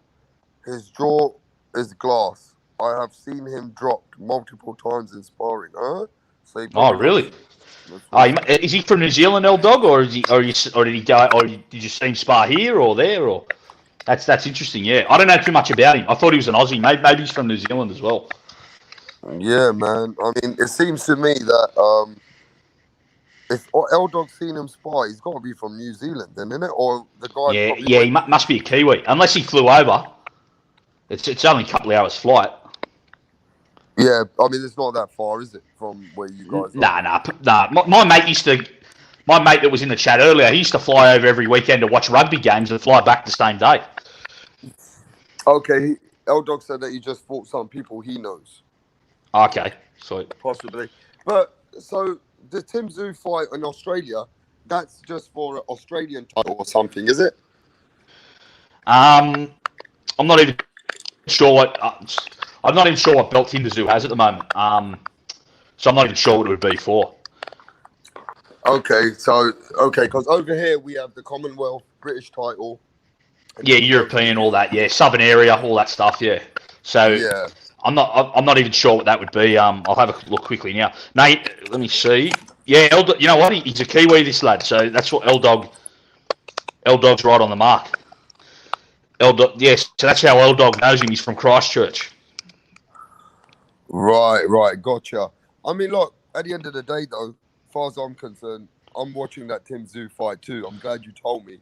Give us the date. So I told you L-Dog was intelligent. I remember saying last time he definitely knows his boxing. L-Dog, he's on the ball. Well, he lives for boxing, doesn't he? I mean, every time I get up and I watch online, he'll be on one of the platforms. When I'm offline, he'll be on one of them when I go. And it seems like he's definitely a box. I mean, he loves the sport for sure. Sound bad, right? I don't want to sound bad, but some of us are more knowledgeable than the guys who are fucking in ESPN or what you got in Showtime. Oh, easily, man. They got bums working at ESPN. That Dan Raphael, he wouldn't know a fucking left hook from a fucking fish hook. He wouldn't know a jab from a fucking a leg kick. He don't know nothing. You know that Dan Raphael? He's fucking useless. Of course I do. I met him as well. Yeah, he might be a nice guy, but he don't know fuck all about boxing. I don't know if he's much of a nice guy. I spoke to him for a bit, but so he's a cunt and he don't know the sport. So well, he looks like he knows a lot about Big Mac. Yeah, he does, eh? Yeah, he looks like he knows a lot about Big Macs. And I think he knows a lot about Triple G's cock as well, because he fucking sucks. He fucking all over Triple G, calling him the greatest middleweight ever and all that. Yeah, if you actually, L-Dog said the same thing. I was just gonna say this. Dan Raphael's scorecards are stupid sometimes, bro. He's fucking clueless, mate. If the way we're talking now, he would be lost. He wouldn't know what we were talking about. I don't know what the fuck he talks about anyway, but most of the time, some of those guys are just full of shit. Honestly, narratives, they're full of shit. Well, there's another fool. What's this guy's name? He's on ESPN. This fucking clown. He scored the first Bradley Pacquiao fight to Bradley. Remember that fight Pacquiao got robbed? I forgot the guy's name, bro. You're gone. Right? Yeah. Yeah. But remember when Pacquiao got robbed against Bradley the first go? Yeah. That's right. Yeah. One of these idiots at ESPN give the fight to Bradley? Yeah, I mean that just goes to show you that how pathetic some of these people are. But also, you listen to some of their commentating, right? They're like pushing a narrative. Sometimes. Yeah. They're acting like fanboys on there. Some of them are fan fucking boys on there. I gotta tell you, mate, it's weird. It's like you'd expect more. We're very, very look. People like L-Dog or even all these other guys, and like even us now. And so many others. And L-Dog's in his early 20s. He knows more than these fucking ESPN analysts. No, but what it is, we study the game through different dimensions. And then what we do, we think out the box. Even if the fighter doesn't have a great chance, right? But we start making, like we were doing with Callum Smith earlier, right? You've got to give all sides of boxing. You've got to be able to understand the game and know what fighters kind of break it down in dimension instead of going in narrative. Sometimes they just sound like so fucking fanboys. They're scoring the fight ridiculously, bro. It's stupid sometimes. They've already got their scorecard filled out, it seems. Like they're just their job is to brainwash just the casual viewer into to believing their fighter that they're pushing the narrative for is winning. That's what it seems, And half these people are idiots. They'll just get brainwashed by the narrative. Now look, you got a Showtime fighter, and you'll speak like about Showtime fighter in a narrative way, and then you put him against somebody on another channel, and like everybody says, it's like they're pushing for the fighters and not covering the sport. Does that make sense? It's exactly what they're doing. That's what 90% of them seem to be doing. I mean. That they should get Teddy Atlas on there because he never did that shit. Yeah, Teddy Atlas is a bit raw. But the problem with Teddy is he takes too long to get to the point. He won't stop talking. They won't be able to shut him up. But Paulie was fired. like L Dog said, for keeping it real. Yeah, they did. They did poorly bad. They did him I dirty. like Paulie's. I used to like Paulie. He used to keep it 100. He used to try and Yeah, keep it straight though. Even though he was a Showtime fighter, if the guy was doing shit, he'll say, "Look, man, he don't deserve to win." You see what I mean? nah, yeah, they did poorly bad. Yeah, but this is what I mean. It's very openly blatant that they don't want to keep it real and commentate. Look, the next commentator is going to do really good. Is going to be Raw again. I think that's what we're waiting for again. That's what boxing needs. We need Yeah, they that. need, they need, they need, they need a motherfucker like us up there. That's what they need. Yeah, they definitely need somebody like us. But at the end of the day, I'm just saying we need to have somebody who's the people's voice, who's not just sitting there pushing a narrative for a promotional company. Nah, but that's not what they want, is it? Because the networks want the narrative push, so that's just not going to happen. Unfortunately. Yeah, but I get what you're saying. But boxing's going into a dimension now that we've got our own channels. Thousands of channels are out there, and when you know at the end of the day, Well, that's what I'm fans, saying. This is the new platform. yeah. But like I said, it's like sometimes I don't even realize why Elham and PBC are not working hard on their online business, like getting their own YouTube channels going, or some of these other channels get their own YouTube channels going on. It's like Yeah. they got to come with the time. They got to start. I mean, you don't see these big channels now. They have to adapt, man. It's all about you got to have channels on YouTube now covering your fighters. Fighters have got to have their own channels on YouTube, Jed. Don't you think so? Yeah, 100%. Like I said, this is the platform of the future, and this is what I said. I even feel this has kept boxing alive, in a way, the last decade. The YouTube boxing community, like this has held the sport down, and it'll only continue to grow in the future. Facts. D Hodges, what's up, bro? How you doing, sir? Hey, I had to come on and kick it with my bro for a minute, Yeah, listen, man, I'm just doing a test run again today because did you see the technical problems? A lot of people have been having technical problems streaming in the last couple of days. Me and what was it? Me and Mark Nash, we was on the show all night. I had to come back. Remember, you had to go out the show last night, and then you had to come back so we can come back on. Remember, and your audio was better. Yeah, because that was crazy. Because you could hear me and Mark Nash, but I mean, we could hear you, but you couldn't hear us. That was crazy. So look, this is what's going on in England, and this is what's going on in America, right? That people don't realize that big companies, Dodges, like you look at Sky Sports, Showtime, you look at all these big companies, right? Give me a second. Let me just add this. Oh, you're breaking up, bro. Oh, you sound horrible. I couldn't understand a word you said, my good man. All right, can you hear me now? Yeah, now you're fine. Yeah. I said a lot of these channels, Dodges, like Sky Sports, BT TV, Showtime, Fox, FS1, PBC. All these channels are making different narratives for their fighters. Look at them properly, Dodges, and they don't cover boxing. They're covering those fighters, and they don't want to talk about other fighters in the game in that weight. It's like they're scared to say anything, promote the other fighters. So each channel, even like I just mentioned to you, they're trying to be narrative as well more nowadays. Have a look, Dodges, and you'll understand what I'm saying. Shit, it's about money. Of course, I can't go from talk about nobody else and against my person that's giving me the money. It's all about the money. Can't go against the grain. So don't you think now we're looking for that raw commentators again, the raw ones which can, you know what I mean, who keep it real? Shit, we ain't never gonna find them. You gotta live up and you gotta do what that company tell you to do. If you work for ESPN, if you work for Fox and everything, they give you a card that I believe the way they sound so robotic nowadays, I really think they have cards that they gotta memorize, like certain things, the acts and all that, because when you hear commentary now, it don't sound real to me. You know what I'm saying? It's like they rehearsed it. You know what I mean? They got cards and everything else. It's just sad right now though, because I be seeing people calling people winning and they be losing. I'm like, what are these people looking at? This bitch just got how they give him the round and he got beat up the whole round. Like, Yep, that's why I said that's why Paulie got fired.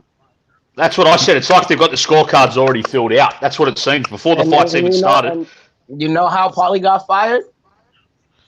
And that's how I knew the power of the LDBC. All the LDBC channels started riding that Paulie. Before you know it, Paulie was fired because we was calling him a racist. Because he is Paulie's a racist. So nobody want to admit it. He might smile, but he really don't like black people. You know what I'm saying? So LDBC got rid of him. All it took was that's what I tell people. People don't know how powerful platforms are when y'all work together.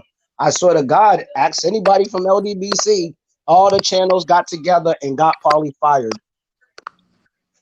So. Yeah, I personally think though, where even Paulie used to keep it real with boxing, and even if it was a Showtime fighter, he'll say, "Oh look, that fighter hasn't really won. We can't be saying he won, even though we're working for him." That got him fired too. That fucked him up too. Oh yeah, he's racist. So he done made a racial statement too. So oh yeah, I knew he was in trouble. But sometimes all it takes is a bunch of people, couple of thousand people pushing the narrative. You can make results happen. And next thing I know, he's fired. Yeah, I mean, it just seems like I said, when you're raw, even if you keep it real in boxing nowadays, and you don't even say anything about race, they will get rid of you for that as well.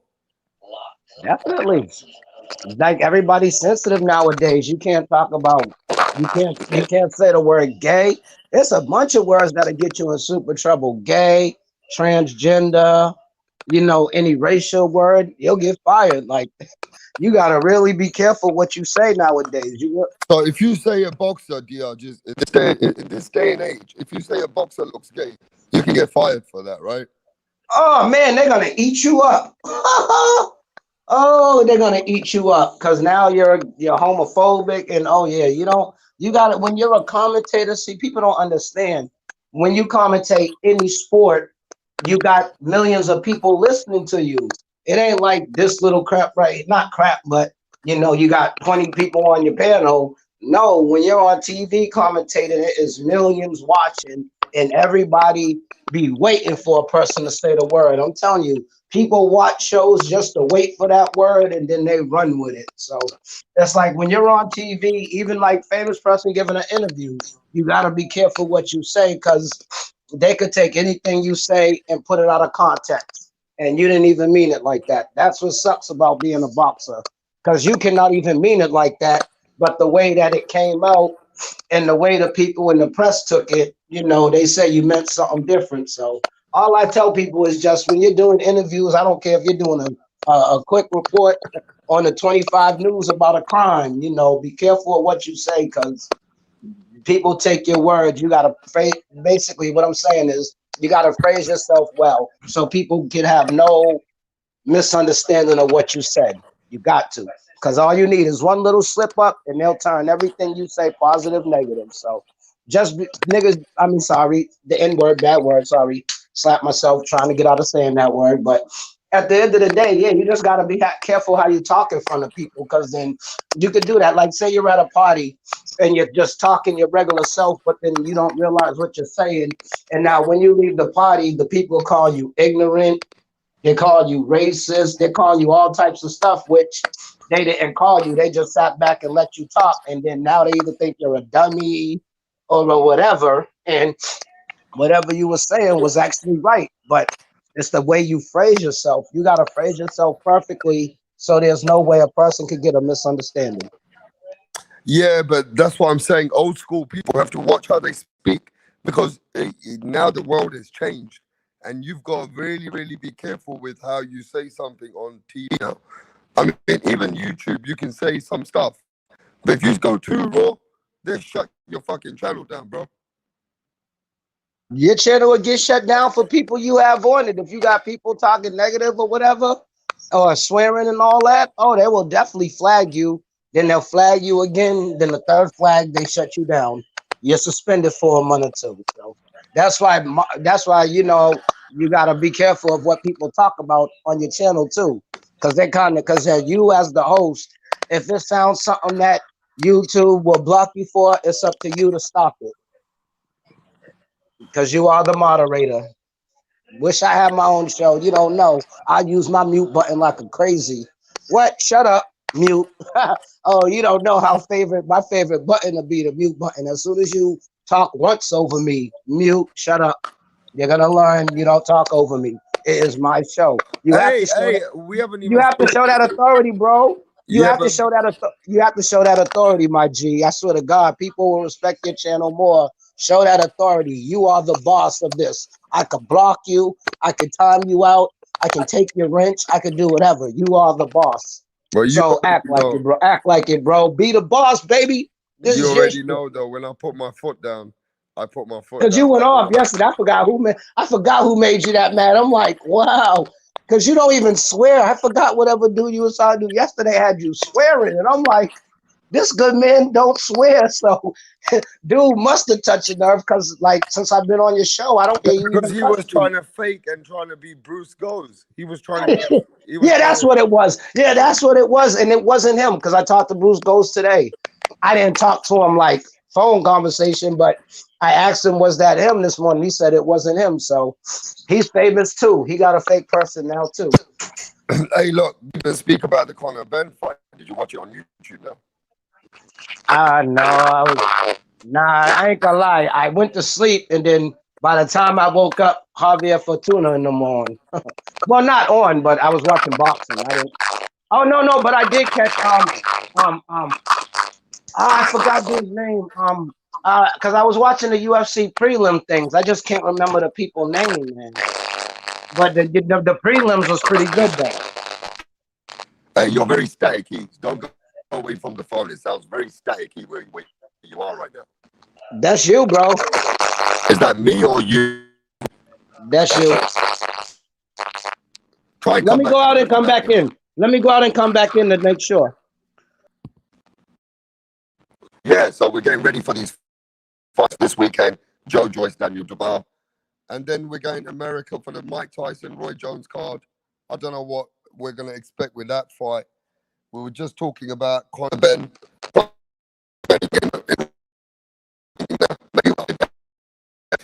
And Conor Benn's going to get ready. That's you, bro. That's you, Yo. Pimpin', man. Can you hear me? Yeah, that's you, Pimpin'. Let me listen on my TV. Let me see how it sounds on the big screen. Wait there, Diages.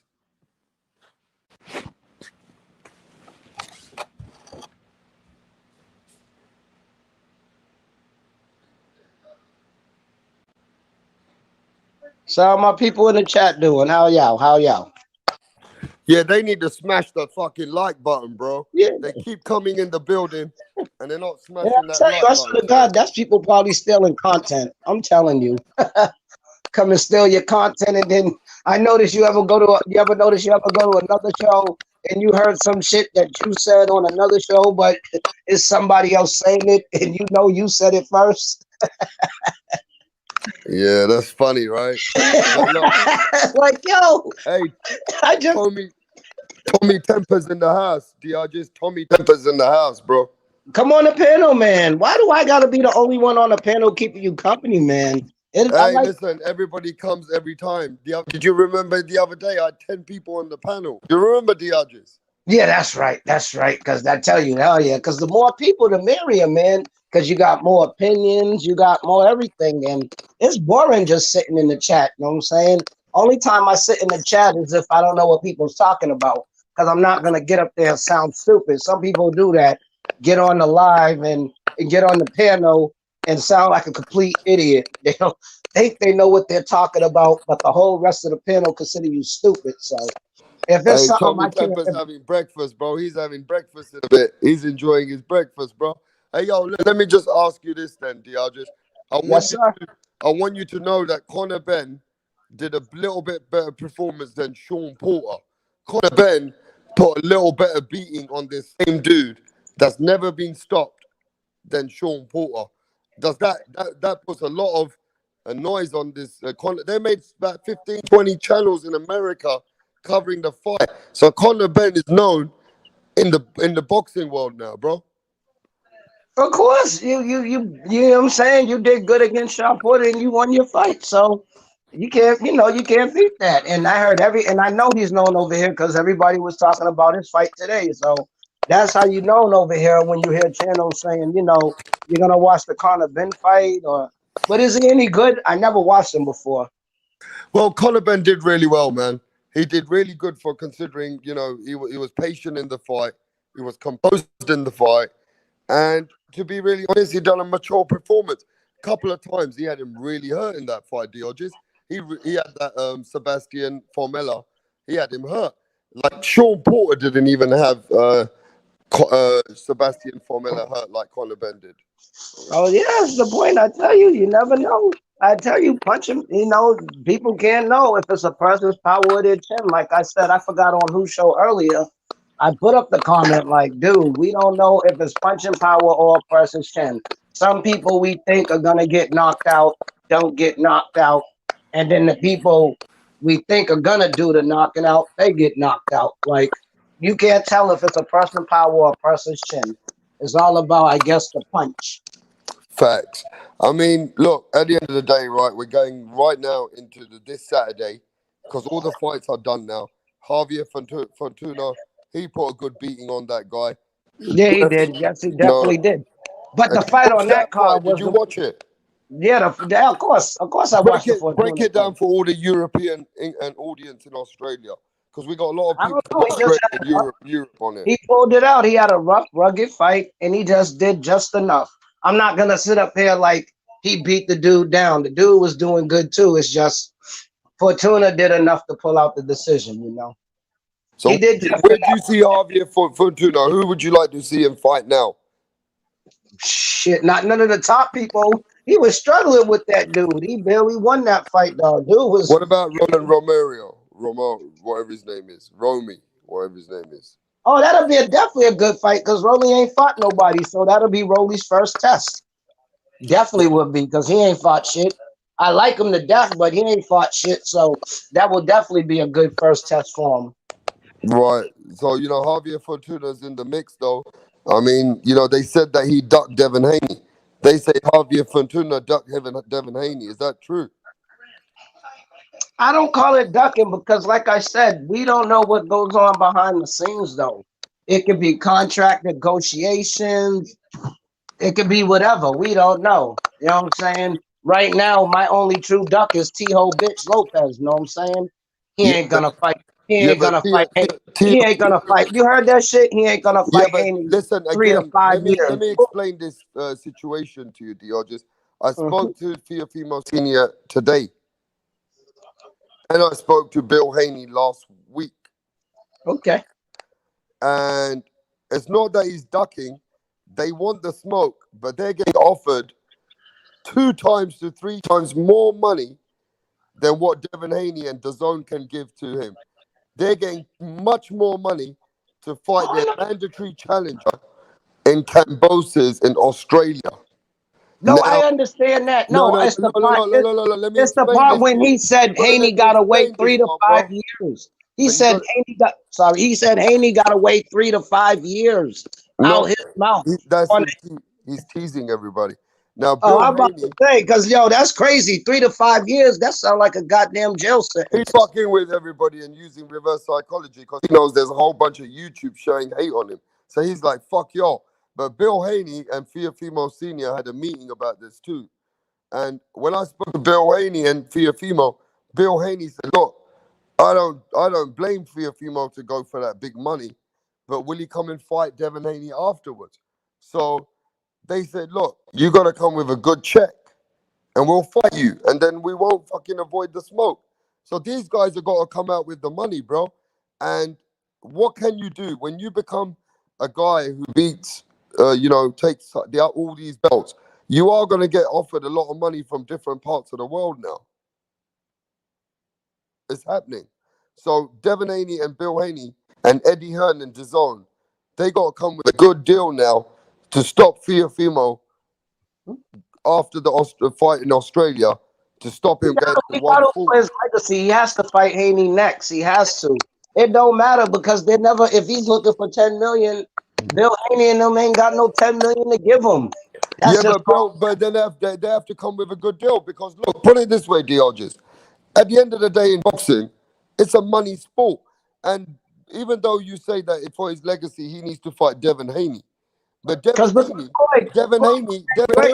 Devin Haney still hasn't stepped up himself yet. Floyd became great by taking a pay cut. He gave Oscar De La Hoya that 70 to 30, went in there and whipped Oscar De La Hoya, and now he's Money Mayweather. Sometimes you got to take that, you know what I'm saying, to get that. If I don't care about the price, if the reward is great, undisputed, I'll pay for that. Real talk. And now sometimes fighters do that. Sometimes fighters and promoters do that. They put a big enough price where they know the people can't afford it, so the fight can't happen. That's a tactic too. It's been like that for years. If you really know boxing, mad people don't use that tactic, outprice themselves, so the other person don't want to fight because he know they can't afford it. So I don't know, but after this fight, 10 million, you should go for legacy. What more money do you need after this fight? You're getting 10 million for this fight, so it gotta be Haney next. Get undisputed, then move up. I mean, let's be honest though. Haney still in that time. Haney needs to step up and have a good fight too. No, he is. Believe me, he gotta have another fight because Tio got one. So Yeah, so believe me, Haney should fight someone really good. Devin yeah, Haney yeah, needs to believe fight me. someone to prepare Watch him his to next fight fight be a with good fighter. in a good matchup. Yeah, watch his next fight be a good fighter. Watch, but it don't matter. It's the point. It's all about if you don't want that smoke. A lot of people run the different weight divisions to duck their smoke. Come on now, how many people change weight divisions because they didn't want to fight, bro? You got to keep it real. You said you're a boxing head.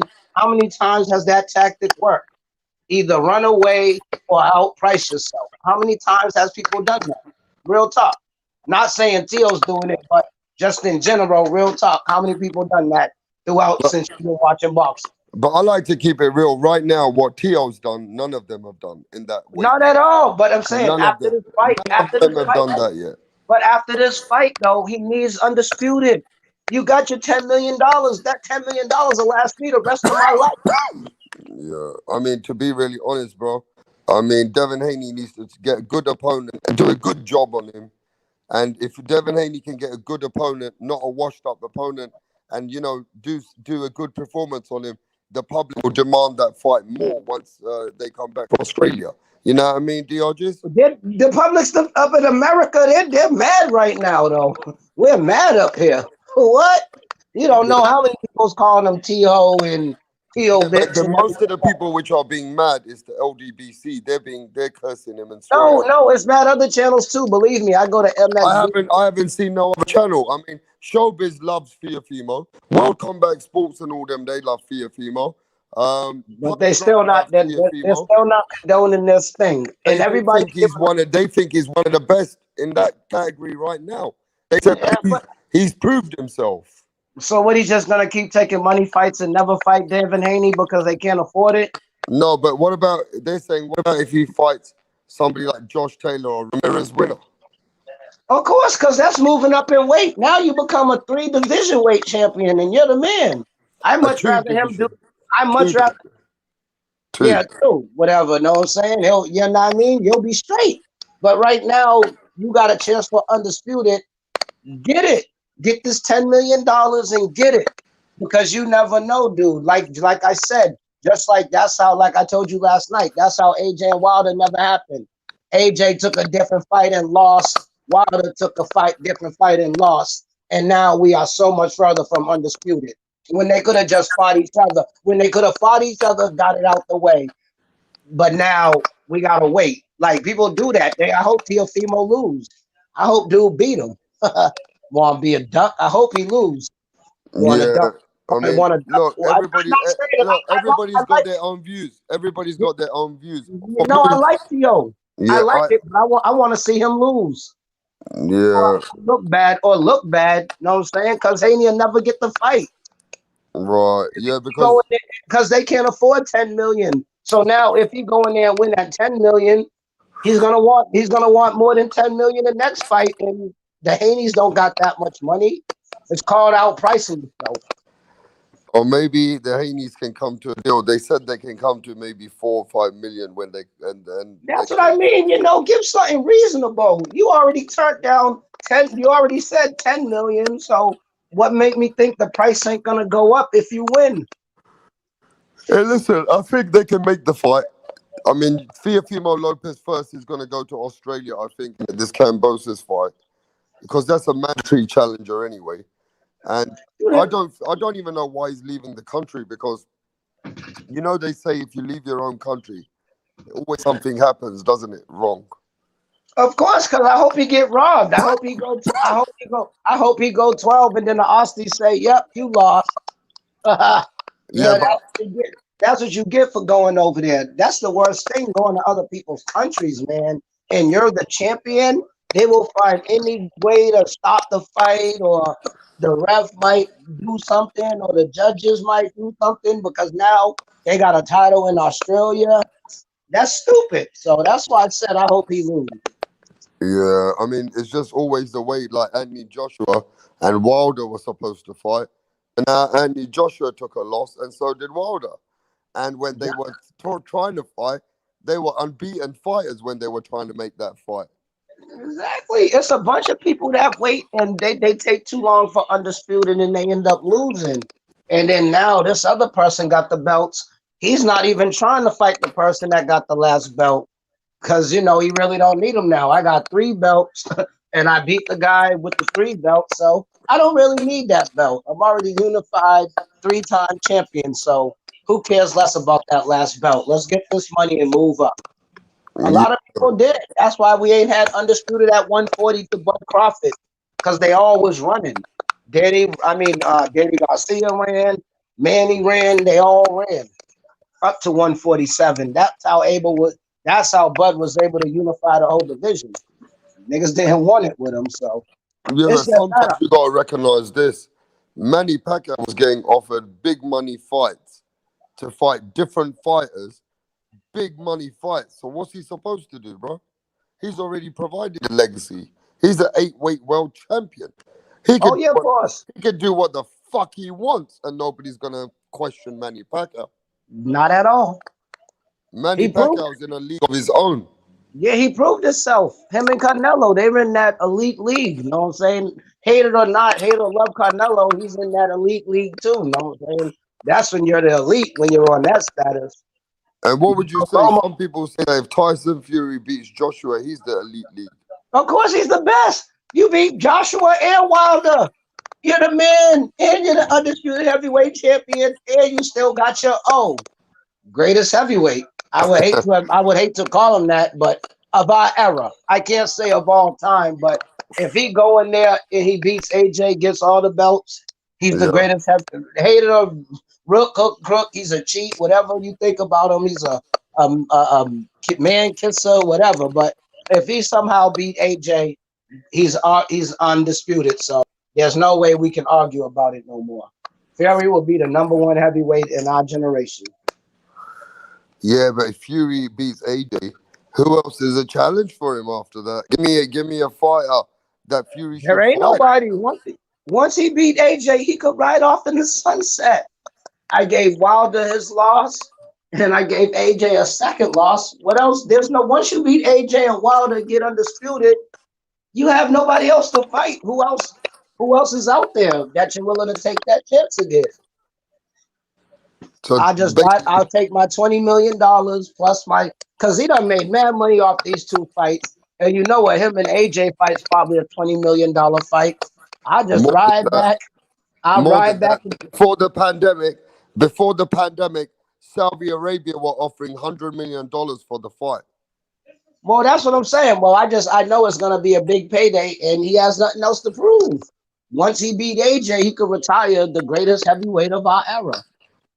Because he beat Klitschko, which is a good one. It don't matter who he fought in between. And then he beat Wilder, who was the #1 man.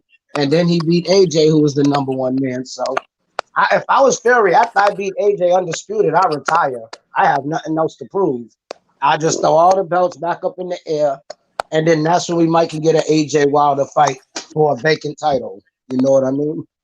Yeah, I mean, what do you think should happen now? Then Wilder should go for the trilogy, or should they go for undisputed? Let Wilder try and beat up Andy Ruiz, and then Wilder go in for the fight for the undisputed. That's what I said. Let them get undisputed first, and then Wilder just go clean up the rest. Just like Manny. If I was Manny Pacquiao, I'll sit back, let Errol and Bud fight, and whoever win, then I'll go get all the belts in one fight instead of two. You always want to get the belts in one fight instead of two fights. So if the scenario presents itself, I'll let them two fight, see what happened, but y'all have to fight me. Whoever wins have to fight me. And then whoever wins after that, AJ or Fury, whoever, whatever, they'll be the greatest.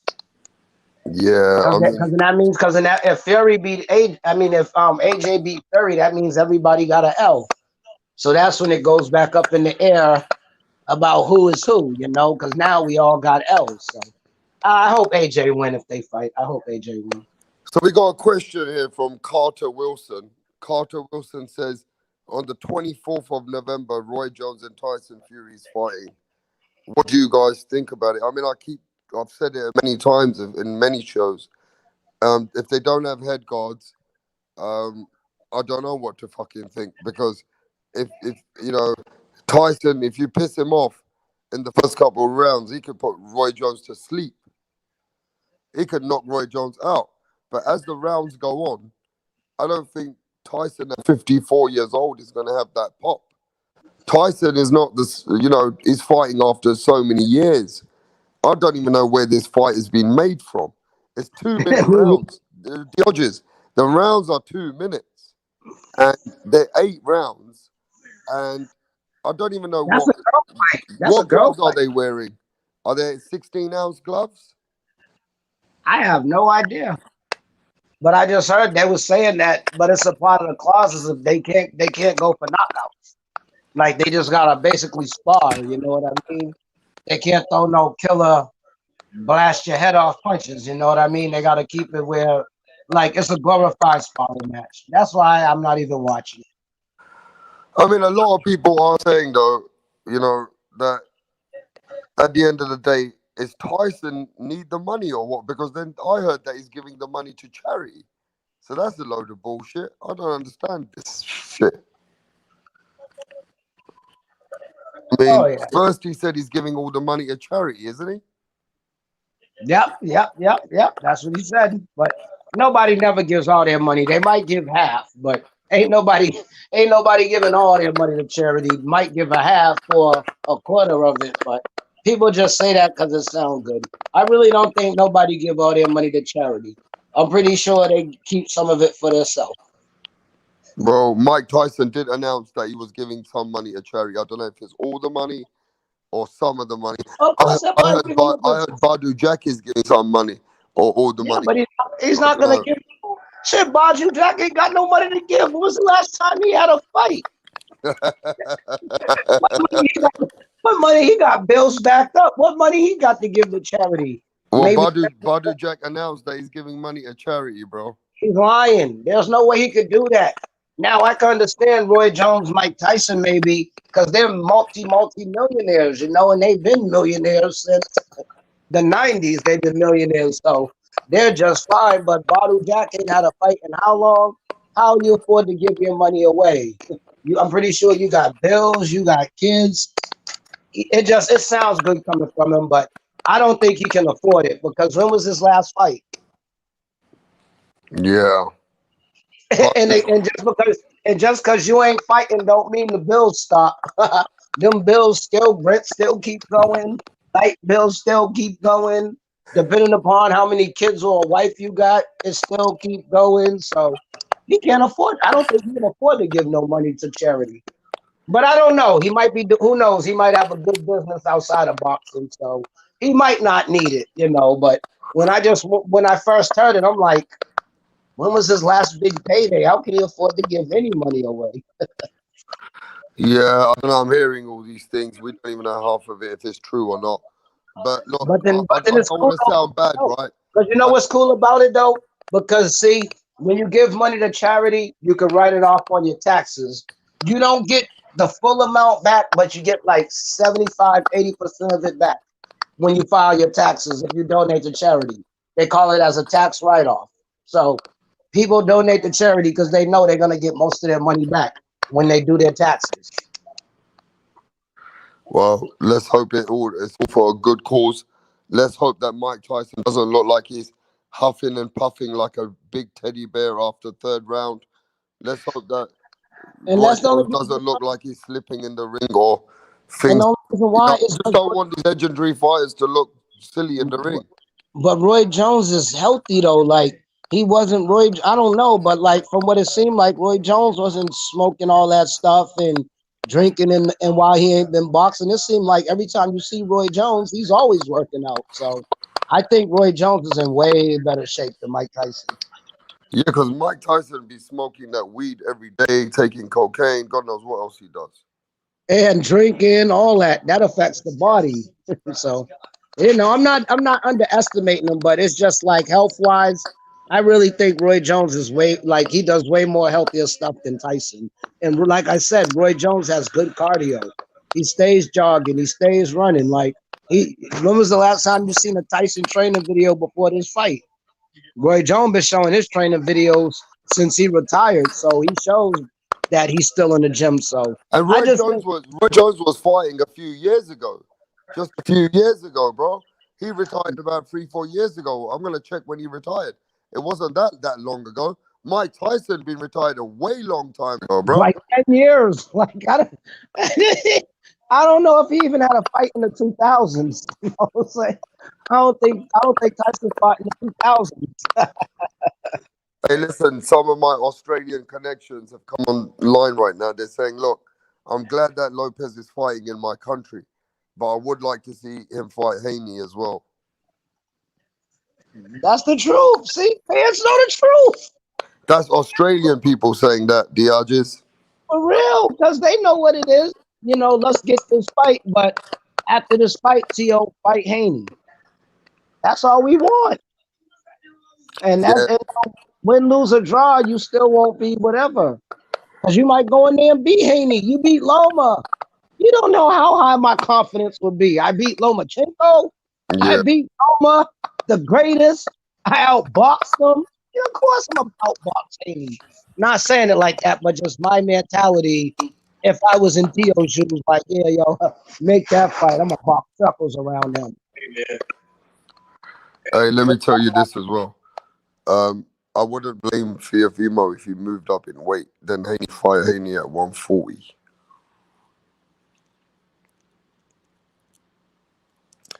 If he moved up in weight and beat But Josh Taylor, or we all want to see it, though, but yeah, it's gonna happen when it happened. When T-Ho want to fight, then it's fine. But it's just everybody is disappointed around the world because we want to see lightweight undisputed.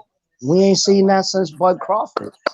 Well, no, they had 135. Bud but Crawford. you want to see that with Errol Spence and Bud Crawford. You want to see a big fight with them.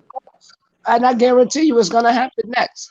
I guarantee you if Errol get past Danny, I guarantee you that's the next fight they're gonna make. Do you think they'll make that fight with Errol Spence and Terrence Crawford next? Yeah, yep. Especially if he looks good against Danny and he does a well job. I'm pretty sure they'll make that fight next. I don't think it's as easy as you make it sound, though, because I think Terrence Crawford either got to push Bob Arum or get the fuck away from Bob Arum. I don't know. Is Bob Arum going to be able to make him this fight, you think? I have no idea. But I don't know. Bob should make him fight Pacquiao or whatever. Yeah. Get two belts. You know what I'm saying? Because if Bud leave, now you don't got no WBO no more. Whoever Bud signs to, now they got the WBO at welterweight.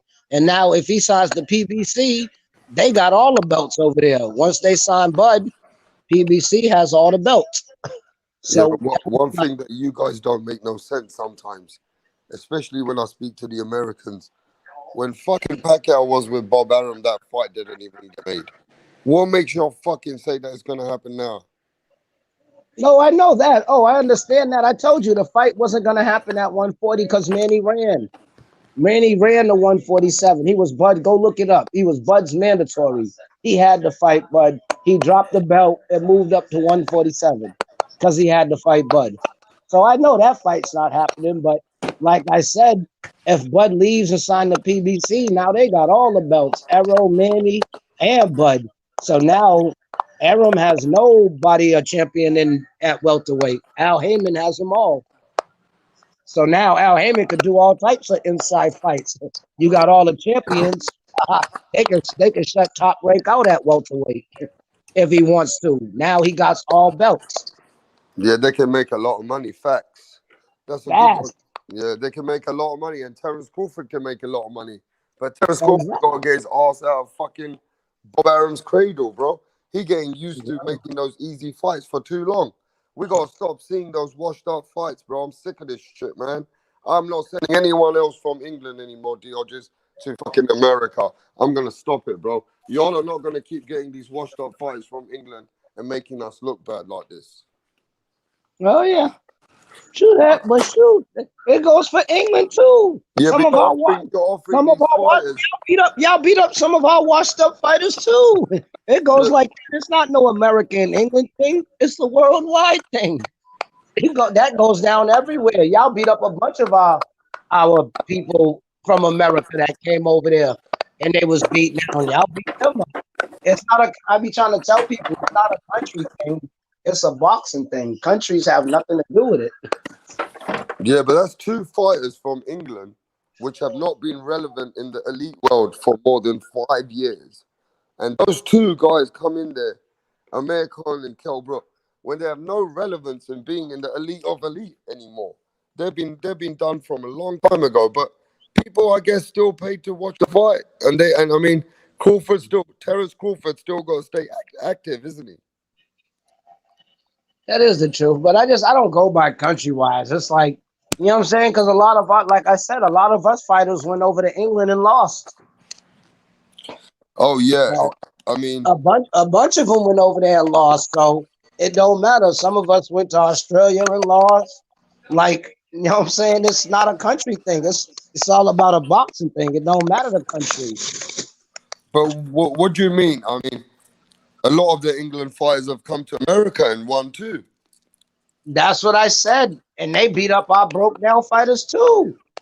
We are the two most boxingest countries in Mexico. Look at how many times they sent Mexicans to England to fight, and look how many times they sent Mexicans to America to fight. You know what I mean? It it's not. It's just a boxing thing.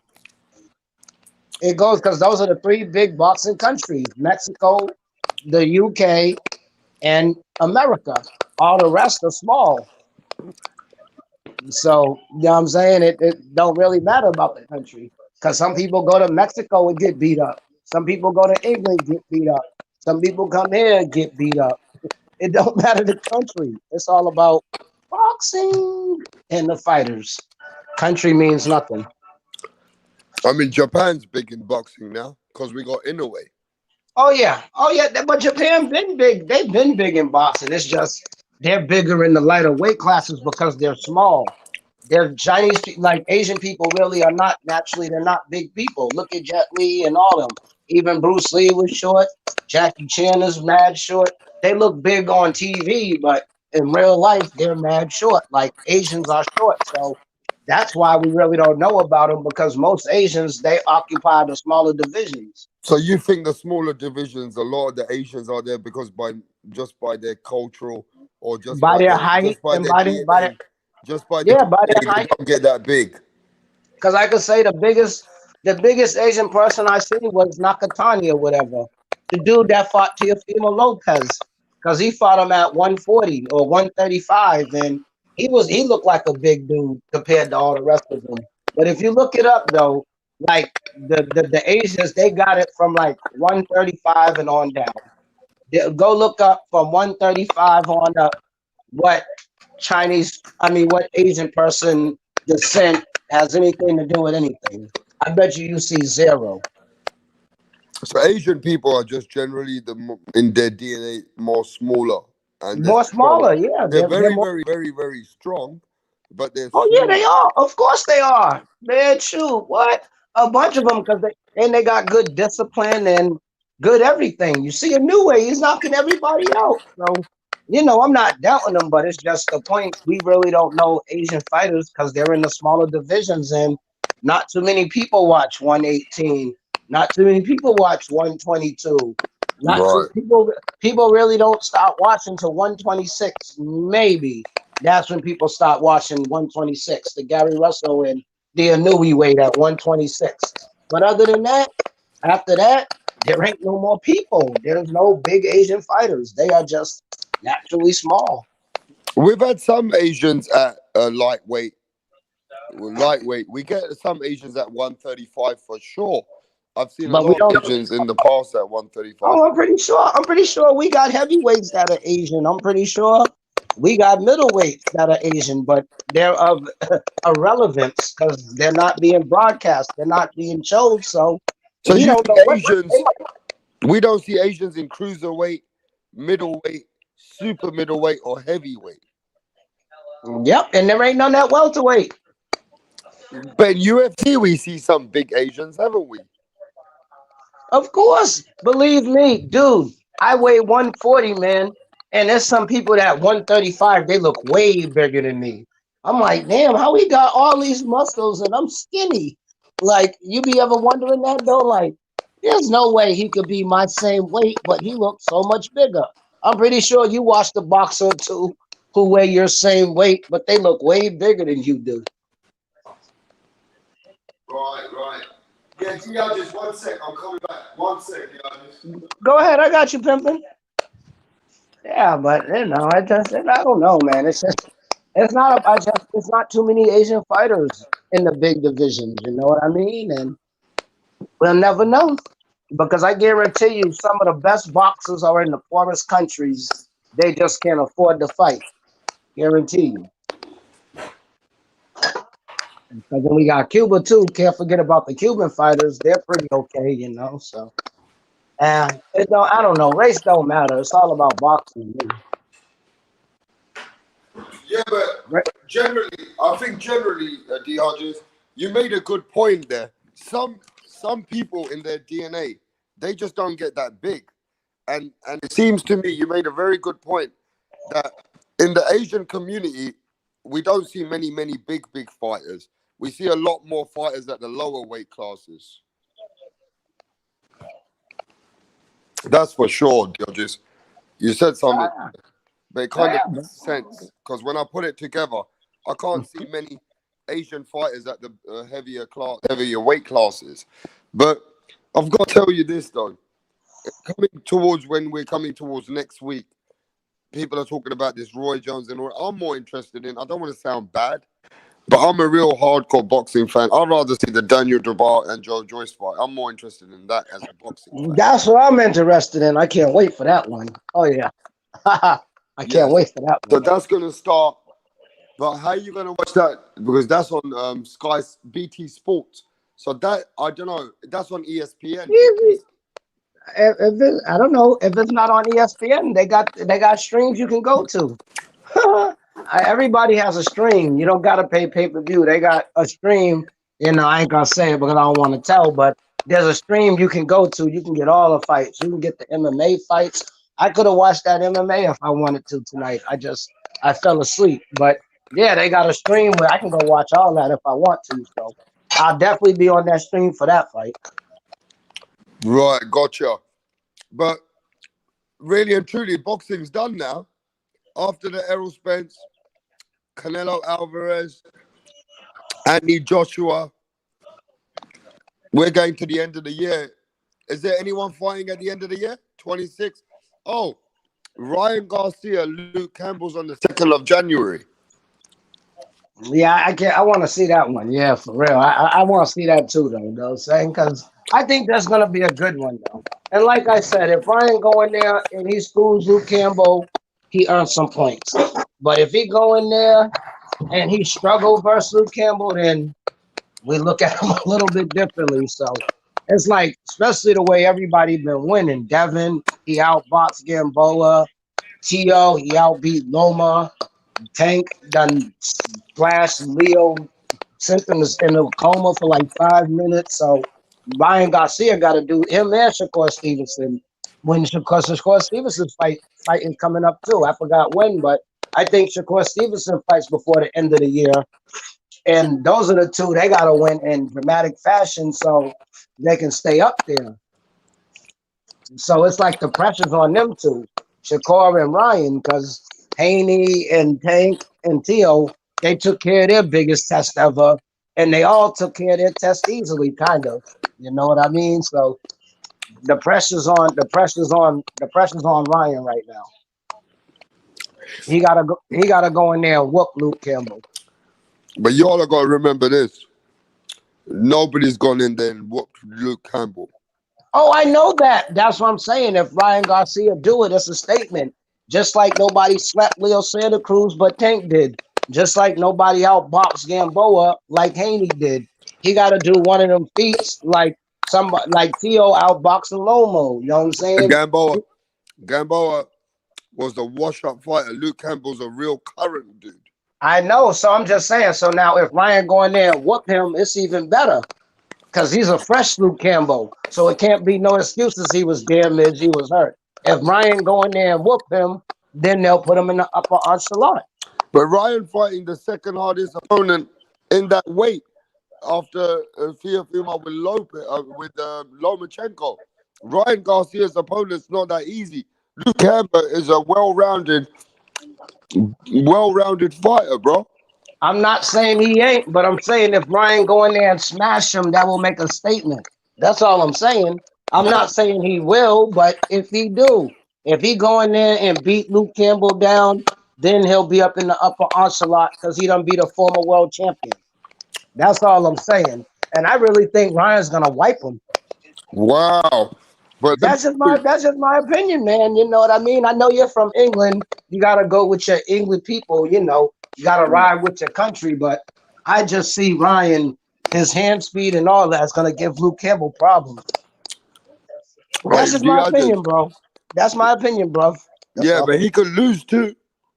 Oh, I know anybody can lose, of course. Errol Spence can lose to Danny Garcia.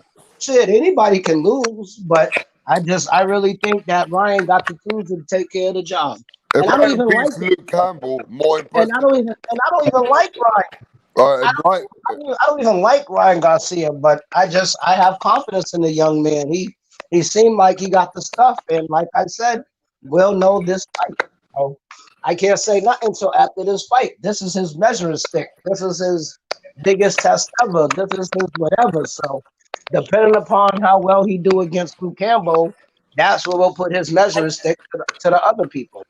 but let me tell you this: Luke Campbell is an underrated fighter. He gave a very good account of himself to Lomachenko and a very, very good account of himself to Linares. What I'm saying is, if he does what you said, then Ryan Garcia is the real deal. And now Ryan Garcia lose to Luke Campbell, he could forget about a Tank or a Haney because everybody's gonna say, "Oh, you couldn't even beat Luke Campbell. You can't beat Tank." So Ryan Garcia is the one with really everything to win or lose. Real talk. If Luke Campbell lose to Ryan Garcia, they'll be like, "Oh, he lost to Ryan. It's still a good thing." You know what I mean? It won't be that bad as if Luke Campbell get beat. Luke Campbell beat Ryan Garcia. That will be in the upset category because ain't nobody picking Luke Campbell to win that fight. So that will be considered an upset. If Luke Campbell beat Ryan Garcia, I would consider that an upset. I'm surprised that nobody's picking Luke Campbell from America because a lot of people are picking Luke Campbell from England because he's had much more credible opponents than Ryan Garcia. He's been in way more harder fights than Ryan Garcia. He's got way more You already experience. know Ryan Garcia And he's got got a fans. lot more experience than Ryan Garcia. Yeah, but it But don't some matter. people, It's not a all of them. people like, and he got millions of followers. You know how many people are gonna watch that fight just to watch him fight? He got millions and millions of followers, dude. When you get the millions of followers, your gate is good, your viewership is good, everything is good. And Ryan, he's like the De La Hoya of now, not skill wise, but like the way De La Hoya was, the way he had the face, he had the looks and all that. You remember De La Hoya was the ladies man, so believe me, Ryan Garcia got everything going good. I'm just picking Ryan. That's I just know my you, yeah, for sure. And a lot of and it's people not are. American. It is not America or England thing because I pick English fighters too. I don't care about your country. I don't care if you're a good fighter. You're a good fighter. It's just I think Ryan got a little bit because Luke Campbell had kind of problems with the people that move a lot. Linares and Loma kind of had problems because they moved a lot. And I'm not saying Ryan Garcia is them, but he is very quick and he moves. So Luke Campbell, they both got a good fight on their hands. So I ain't gonna say, I might be wrong. Like I said, Loma lost to Theo, so I'm still eating Loma Crow. So, but it's just in my opinion, I think Ryan's gonna win. Well, that'd be good for Ryan if he wins that fight. But this is Luke Campbell's last chance to try and get into the rankings to get another world title. So this is all or nothing for him. Yep, it's an all or nothing for both of them though. That's why they're gonna really go in there. Like that's why I got a feeling it's gonna be a gunfight. You know what I mean? I really don't think it's gonna be all that moving. I really think they're gonna go in there trying to get the knockout, make a decisive, a real clear cut victory. Because if Luke Campbell if it go to decision, he lost. I'm sorry. You know damn well Ryan Garcia ain't losing no decision, especially if it's a close fight. You know Ryan ain't gonna lose decision. Well, not in America. Definitely not. If You that know, fight was in England, maybe. of course, of course. You know what I mean? That means he would have to go do. That means Ryan Garcia would have to do more. But wherever they fight, the other person on the other person's country, you got to do like superb. Like I mean, Where they fighting, Georges? Where they fighting? In Vegas? Where they fighting? I forgot. I really don't be paying no attention to that. I pay attention when the fight comes around. I knew it back when they announced it, but I forgot. I'm drunk right now. I can't really remember. But yeah, but I'm telling you, it's gonna be a good fight though. But I tip my hat to Ryan a little bit. A little bit. Well, you want Ryan to go in there and do a statement. Yep. And like I said, if he loses to Luke Campbell, Ryan could chalk it up. Ah! If he loses to Luke Campbell, you are not gonna do nothing to Tank Haney or Tio. Nobody ain't even paying for you to watch that. So so I just think Leo has a little bit more to lose because you know what I'm saying? Luke Campbell already lost his O. Now Ryan lose that O to a Luke Campbell, he in trouble. He still has his O. You don't understand losing that O, man. That losing that O kind of sends you down a little bit. So Ryan Garcia can't afford to lose. If Ryan loses, it's over for him. They must be paying Luke some good money for this, though, to come to America. Of course they are. They gotta be paying Luke Campbell some good money for this, bro. Of course he is. And then even if he loses, he go back to his country mad $1,000,000 richer. So shoot, it's a win-win for him. Shit. $1,000,000 richer. And you lost to Ryan Garcia. That's not a bad loss because he's considered to be good. So that wouldn't be a bad loss losing to him. If Luke Campbell loses this fight, I don't think Luke Campbell can ever climb to world. Yeah, shit, this might be his payout. This might be his biggest payday, and then he quit. Say they're giving him 10 million, 5, 6 million. You can retire off of that. $5-6 million fight, you can retire. $6 million will last me the rest of my life if I had it. You couldn't make $6 million last? For sure, I could make a few million last for a long time. That's what I'm saying. So if he lose, take your big payday and chill. Sit back and be rich, man. A lot of fighters do that. They do all this extra fighting, and then now when they're finally retired, they're too retired from brain damage to really spend their money. You got to know when to get out before before you damage goods. So if he loses this fight, he'll probably quit. Take my payday and go. Yeah, but I'm gonna be honest with you, bro. That's on the 2nd of January. So if you really look at it, it's still gonna be like on holiday season. I mean, we're gonna have New Year's Day. So it's after New Year's Day. Oh yeah, definitely. People are gonna be turned up. You already know. You already know they're gonna be partying over there in England. You already know it though. You know they're gonna have big fight parties over there in England for their Luke Campbell. But what I want to ask you is, we don't even know, are they having a crowd for this fight? We don't know. They really don't. They don't announce the crowds until it's like a couple of weeks before the fight, then they announced it because we don't know. Nobody knows when COVID is gonna go away. So we don't want to sell. They don't want to sell tickets, and then the COVID's still there and people can't entertain. So basically, the way I see them doing it, they're taking it by fight. You know, each fight card, they're seeing where the corona's at, and that's when they figure if they want the fans or not, depending upon the location and how high the pandemic is. If it's like in the blue zone, because I know red zone need bad, but if it's a place that's the blue zone, they might have a small audience. I know it ain't gonna be packed out, but if they have it in a place where corona's not that bad, they can have a small audience. Well, I'm just checking right now in the internet if they're going to be fighting in Texas, because most of all the American fights have been hosted in Texas because of the fans, because all the fans are coming out in Texas for most of the fights. Oh yeah, because they definitely gonna be turned up for Errol Spence, Danny Garcia. Oh, they definitely gonna be turned up for that one. Where are you again? You're in Boston, right? Yep, Massachusetts. Okay, I mean, I don't know much about Boston over there, bro.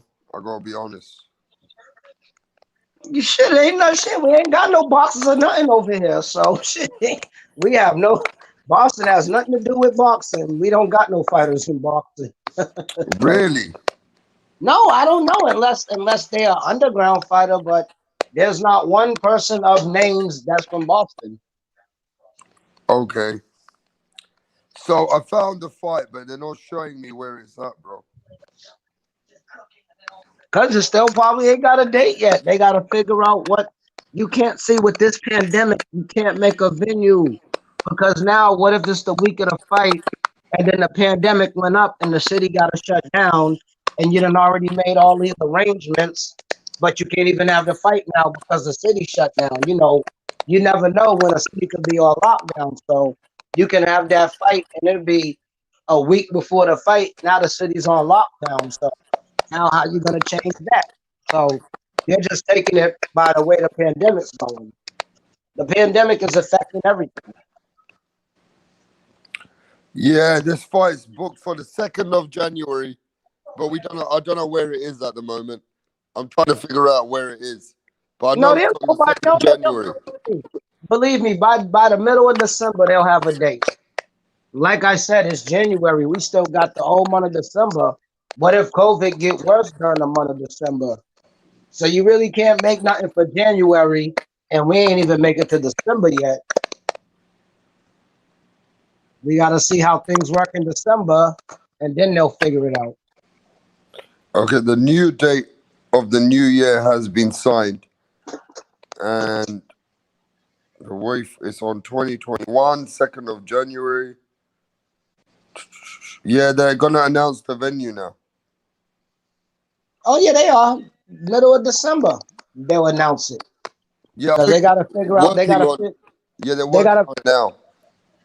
Yeah, they gotta figure out what city is the one that ain't affecting. You know, figure out what city that where they can get a good gate. You know what I mean? That's what they're trying to figure out now.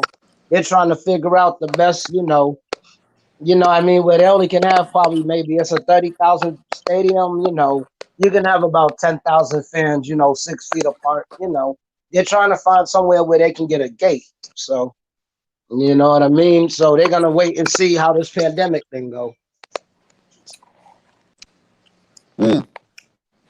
Because they ain't gonna lie, they're missing that gate money. That gate money is good grip, you know what I'm saying? $50, $60 a ticket. You know what I'm saying? You got 20, 25,000 people, $60, $50 a ticket. That's a lot of money when you add it up. Yeah, but some of those tickets are $300-$400, depends where you're sitting. Oh yeah, and the nosebleeds, but I'm just saying, that's what I said. Out of 30,000 place, at least 10,000 seats are the high price. So even if that 60, just say the good 10,000 seats, $60 a ticket, that's $6 million right there just from the front row. Hey, we're talking that boxing. D. Hodges has been talking that boxing with me. He's always giving the time for boxing, D. Hodges. Yo, a very passionate dude, man. I've always Oh, seen you you going on. I can't understand you, my goodness. You go, you sound, Hey, you come back out and come back in, bro. no, Come in, you again. that's you. I'm sure it's you. I'm Okay, let telling me you. go out and come back in. I got you, bro. Let me check. Yeah, man. With these last fights, we're gonna enjoy these last fights to the end of the year. I want everyone to stay safe. Let's enjoy this last. Big stop. Bang. It's gonna be bang. The biggest 2021 is gonna be a bang. Ryan Garcia, Luke Campbell. The fight's on 2nd of January in America. In America, this fight's gonna be big.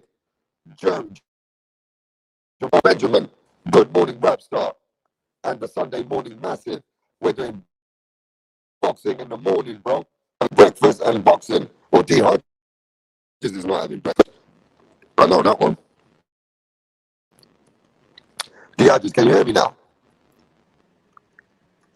It's not. D Hodges. It's not. It's not that bad. What's that, D Hodges? Yeah, but yeah, man. Is that me? Yeah, that's you, man. You need to come back out and come in, bro. I did, bro. Let's both do it. Let's go. Try you. Try it. All right, let me try. See, I sound just fine. It's good over here on this side. Oh yeah, but like yeah, man, it's just I don't know. I do my research, man. See, I don't go on a show and just talk. A lot of these people are stupid. They just get on here to ramble. But that's They just get right. they just get on here to ramble and everything else. You got to know your facts and everything else before you go to a panel. That's how you don't make yourself look like an idiot. A lot of people's come up here and not know what they're talking about. You look like an idiot. Look like you don't know boxing. Look like you a casual. So if I don't know nothing about a situation, I just shut up and sit in the chat and learn. Only time, Hey, only time I come on a panel is if I know what I'm talking about. And so far, y'all see, I know what I'm talking about. yeah, and if not, you're ready to learn and ready to get used to knowing about what happened in that situation. Of course, you gotta be, man. Shit, man. I mean, knowledge is everything, man. You're never too old to learn. I don't care how old you are or what you've been through. You can always learn something new. That's the point. That's what us old people. It's up to us to keep the old tradition alive to the young people, and for the young people, it's for them to keep us updated. You know, old and young, we gotta work together. That's the problem. The old, they're like, oh, I'm older than you. I've been here before you was born. And then you got the young, you're all old and you're dumb and stuff like that. But if the old and the young could come together, oh boy, it will be dangerous. Hey, you know what? My main thing is, D. I gotta reach 4,000 hours until I can become a proper broadcaster.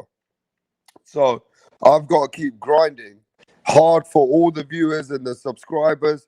I've got to cover the low end fights. I can't just keep covering the world champion fights. I've got to cover all kinds of fights, Diageo. And I've got to keep covering doing a lot of shows more than others until I become customized. You understand what I mean? Shit, ain't nothing wrong with that. You know, you're doing a good job. Shoot. You know, but it's gonna take a minute. But shoot, as long as you got people that come in and listen and tune in, you're fine. You know what I For mean? sure, for sure. I get loads of messages, but today's been a lazy show. I woke up, had some breakfast, had lots of drink. I'm on a hangover a little bit. I'm just being real. You know what I mean? No, I'm telling you right now, man. Believe me, you don't understand. The only reason why, dude, you got to think about it, bro. People are now just probably getting up, getting ready for work, or people are probably still sleeping because they was at the club last night. You know what I'm saying? Like this is Saturday morning, so you already know. Who knows what they was doing on Friday night? You know what I mean? It's the weekend, so of course it's low. But it don't matter. As long as you got me, I can keep you entertained until you're ready to go. I'll tell you what, D. I want to know where you get all your passion for all this boxing because I'm a real passionate guy for boxing. But how long have you been doing this on YouTube with all the boxing channels? How long you been on there? I don't know. I don't even remember. I know over 10 years now. I know it's been well over 10 years. What? I've been 10 years plus. I've been LDBC. I just like, LGBC hasn't been going for 10 years, bro. yes, it has. Blue Boy gave me my wrench mad years ago. Yes, sir. They've been gonna go look it up. They've been going for a minute because Blue Blood was the first one that introduced me to him, and that had to be that had to be like 10 years ago. Wow. So Yeah, they've been around. you guys have been listening to boxing, watching boxing on YouTube for 10 years. No, I've been watching boxing forever. I've been watching boxing since I was born. Right, but on YouTube. I don't know. I'm telling you, like being down with like the channels, it gotta be at least a good 10 years. I've been down with LBBC. But some of these channels have come new. Now, Not every channel. No, I'm just saying I've been with Blue Blood for 10 years. Not the whole, most of the LDBC. I just been with them for maybe 2-3 years now. But I could truly say Blue Blood. I've been with him for like 10 years now. I've been down with Blue Blood's channel. Right. But all the new ones, I don't know. I rock with every channel, man. I don't care if you're IBP, LTT, YTBO, OBXI. I don't care. I just like to talk boxing. I don't care what the name of your channel is or what organization you're from. As long as you're talking boxing, and I'm down with you. And that's our test.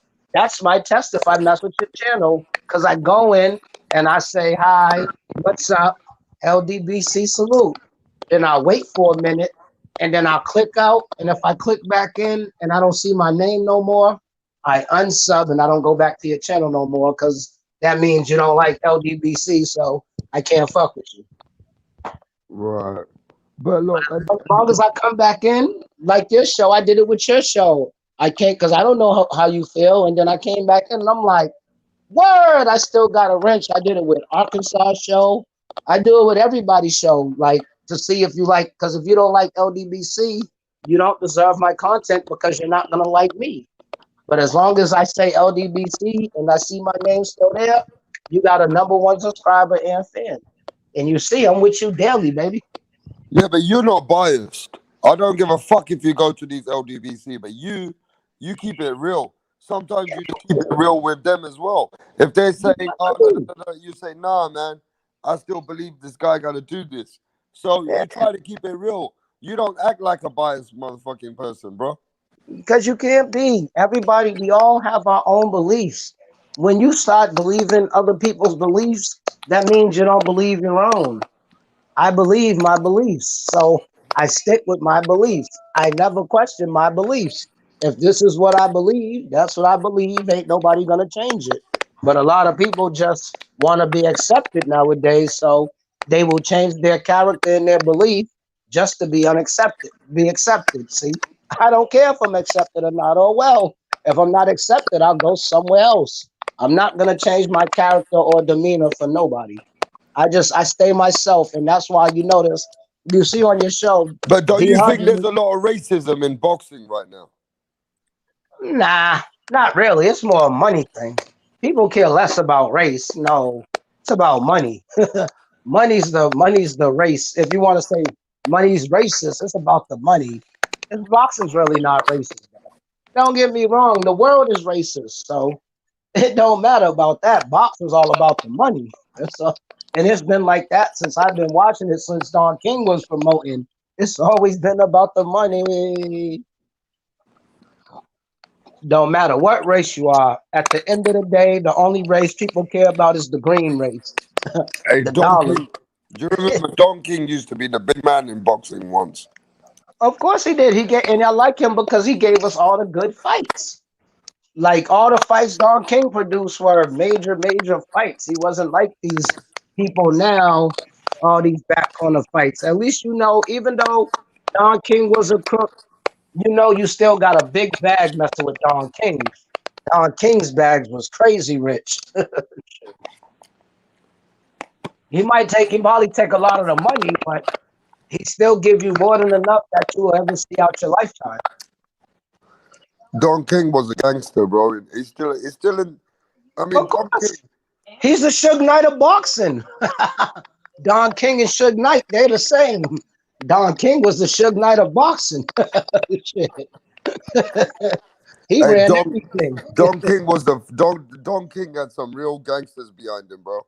He did. He was. Do you know who Suge Knight is? The one who used to run Death Row. Come on, man. I know everything about Suge Knight. Okay, then. So I would call Don King. He was the boxer Suge Knight. He will tell you you're gonna. He will send people to your house to threaten your family. You're gonna take this dive, or he was real gangster with it. How you think some of the big upsets happened behind Don King, and they look like it was set up? Cause it was. Don King said, "Yeah, you're gonna make it look good for 7, but then you're gonna let him hit you with something by the 7th, and you're gonna go down. I'll still give you a good payday, but you're gonna take this L. And if you don't, I'm gonna go see your family." Don King was on some mob shit. Yep, Don King was Suge Knight of boxing. Let me tell you something, Diagis. You're not Yes, a young kid. You're 40 years old, yes, right? sir. And let me tell you, there's gangsters in boxing right now. Of course, the biggest gangster is Al Heyman. Al Heyman's the Godfather. Al Heyman is the Wizard of Oz. Nobody even heard Al Heyman's voice. We never, out of all these years, we never seen Al Heyman. We never even really heard an Al Heyman interview. Al Heyman is a boss. He gets everything sent to other people. You don't even know. We don't know. Who knows? Al Heyman might could actually be a white guy just using a black guy's picture. Because I'm pretty sure even the boxers, there's a few boxers that said they never met Al Heyman. He sends his representatives. Nobody really knows who Al Heyman is. Yeah, but some people think, right? Like, let me just tell you, from the gangsters have been going in for years for boxing. If you remember Sonny Liston, they say he got killed by the mob. Sonny Liston used to spar George Foreman. George Foreman was a kid when he used to spar with Sonny Liston. And all of a sudden, Sonny Liston was in some gambling things where he borrowed a lot of money and he was dead. And people say that the mob killed Sonny Liston. And gangsters have been in boxing for years, bro. Gangsters have been in boxing for years. Look, the guy from Australia said, Listen. Who you think was running all the bets and odds? The mob. The mob made the numbers of who's the favorite, who's the underdog. The mob ran the whole. Well, not even just the mob. Any criminalized organization, they all ran boxing. The criminal organization. That's how they got everything. They the ones that made the odds. The bookies were mobsters. So it's like that the mob always ran boxing since back in the day. It's just now they just do it on a more quieter level. They're more behind the scenes, but I'm pretty sure the mob still has a big part to do with boxing. yeah, the Australian dude from Jed Carl, the brother from Australia, said that the new gangsters of boxing are there's like company, I don't know. They say Yeah, MTKs are gangsters. Al Heyman has lots of gangsters behind him. They say Bob Arum's got a lot of the gangsters' money in the boxing world. Yeah, that's what I'm saying. Everywhere has a mob. I'm pretty sure there's an ill mob that's because they got so much money to clean up, bro. They got millions and multi-millions to clean up. Yep, I'm pretty sure those monies in the. They got clean that money. I'm pretty sure your UK got some type of mob running it. I'm pretty sure Mexico got some cartel running it. I'm pretty sure in America we got some mob running it. Believe me, criminal organizations run everything in this country. I'm gonna do a new show next week. You gotta think about it. The mob has influences on who they want in the office. They have a big influence on that. Not the president, but for the senator or the governor or whatever you call them in your country. The mob controls that too.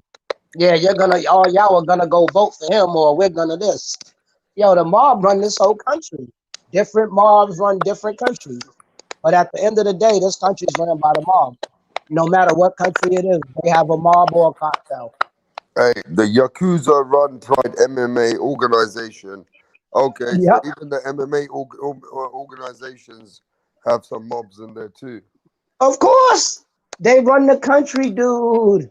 The mob run the country. They've been running the country for years. How you think all the legal stuff get over here? The mob brings it.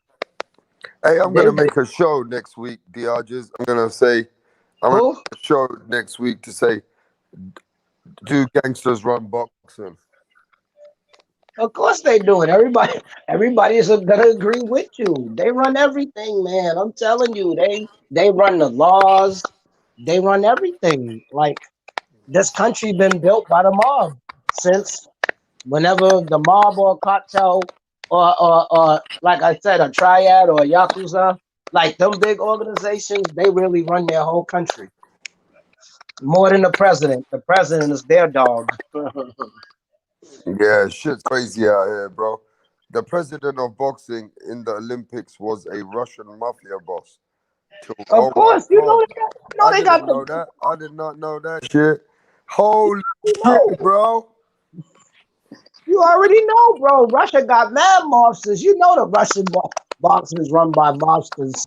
That's all Russia is mobsters. But What about the Colombians? everywhere, that's a cartel. Anything Spanish is not a mob, it's a cartel. Mexico, Colombia, Cuba, all them Central America, those are all cartels. Anything Spanish is a cartel. But now black or white, that's when they call mobsters. When you're not saying making it a race thing, but when you're Spanish, you're a cartel.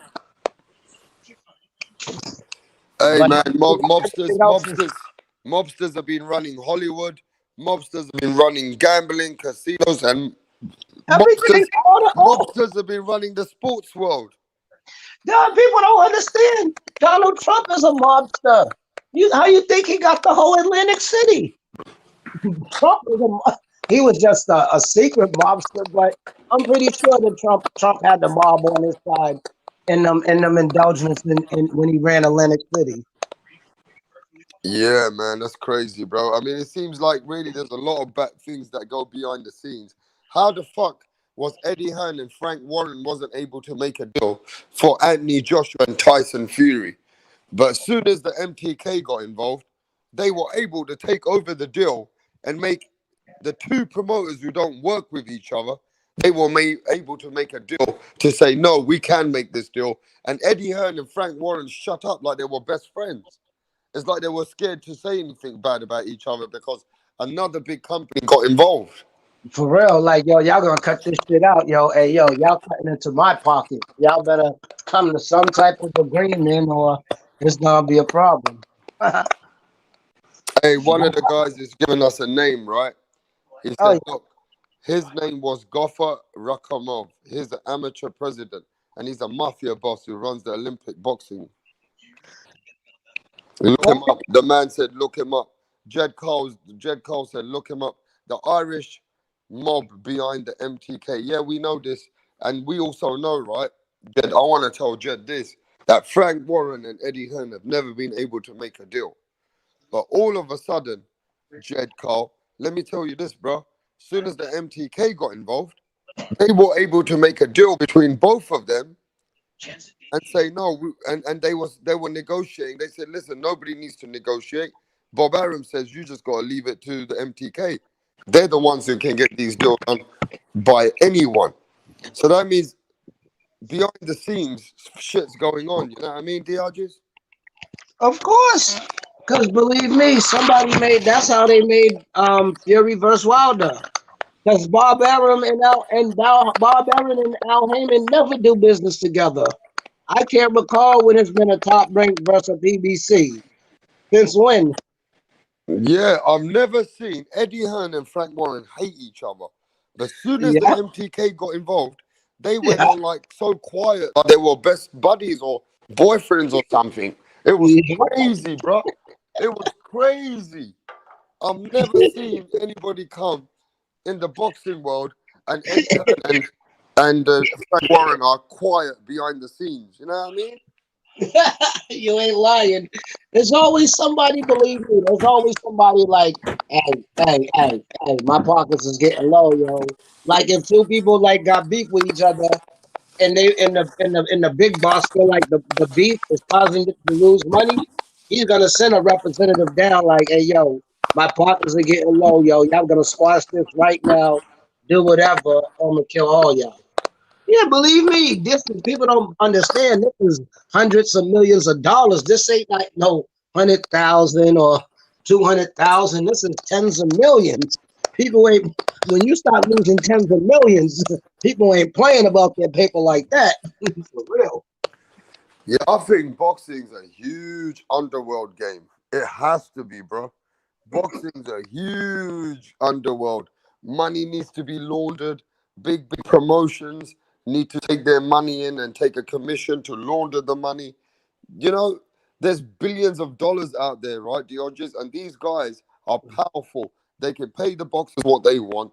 They can pay the venues what they want. Even if they put 100 million into something, right, and it's stuck on the street. Just think about this. And they get their 100 million back in official money. They're still winning. Definitely. You know, Definitely. because their money goes back to legal Because and they're they getting can a legalize percentage. their money. So they're still winning, bro. Of course, because they're getting a percentage for cleaning it. If I gotta clean your 3 million, you're gonna give me 500,000 of it, and I'll give you the other 2.5 for us cleaning it. That's how they Hey, get. just on that, look, we're being real right now. A lot of people ain't got the guts to speak the truth. But on this channel, we keep it real, Diogenes. You know what I mean? We just keep it real. And just because of that, you guys need to smash the fucking like button.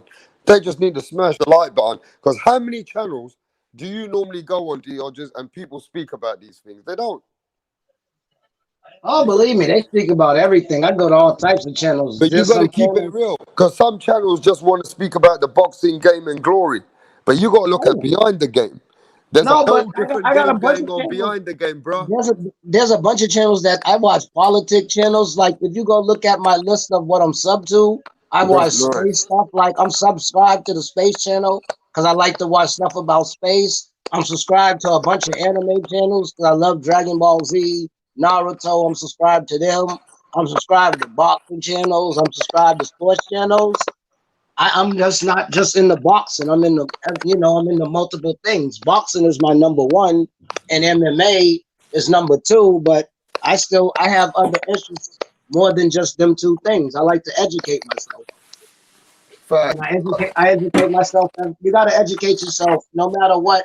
Even if it's just looking at the news or reading the newspaper, I make sure I educate myself about something every day. Every day I go to sleep. I knew more than when I woke up. Get that concept in your mind, you'll be fine. Hey, Diages, I'll tell you what, we've opened our eyes today a little bit. There's some conversations and sensitive topics that we don't really speak on YouTube much. I mean, that we speak about them, they vaguely speak about them, or they speak about them in a biased way. I'm going to open some topics soon, and I'm going to start getting onto these topics where people can express themselves, whether they feel like there's racism, whether they feel like certain dirty things are happening behind our sports, whatever it is. You know what I mean? I'm gonna set this channel up where people we can have these kinds of topics and tasks. You know what I mean? Sometimes, not all the time, but once in a while, we can cook different things about the sport. You know what I mean? Yeah, man, because you can't keep your channel about boxing all the time because sometimes it ain't nothing to talk about. And then I notice when it ain't no boxing going on, that's when you don't see a lot. That's when you see it. Don't see a lot of boxing channels. They don't be on because they have nothing to talk about. But now, if you're a channel that could talk about other stuff, even if they ain't no fight, you can still put a good title in, and people will come. People will come look at you. Like you don't gotta just talk about just because you're a boxing channel. Don't mean you gotta talk about boxing all the time. You gotta be versatile. Once you become versatile, everybody starts to like you. Hey, for sure. Sometimes we're gonna touch on different topics, and we're gonna start speaking about some women boxing as well, man, a little bit. But those things will come in time. I'm setting up the podcast room. Once the podcast room's gonna be set up, I'm gonna put some boxing pictures up. You'll start getting to see me, Dodges. I've been on many channels where you've seen me anyway. It's just lately I haven't been doing that because I haven't even set my boxing channel up properly. I want to set it up properly. So at the end of the day, man, we're gonna keep grinding, we're gonna keep cooking, and I'm just gonna let you know, Diogenes, you're a real one, man. You're loyal to the channels.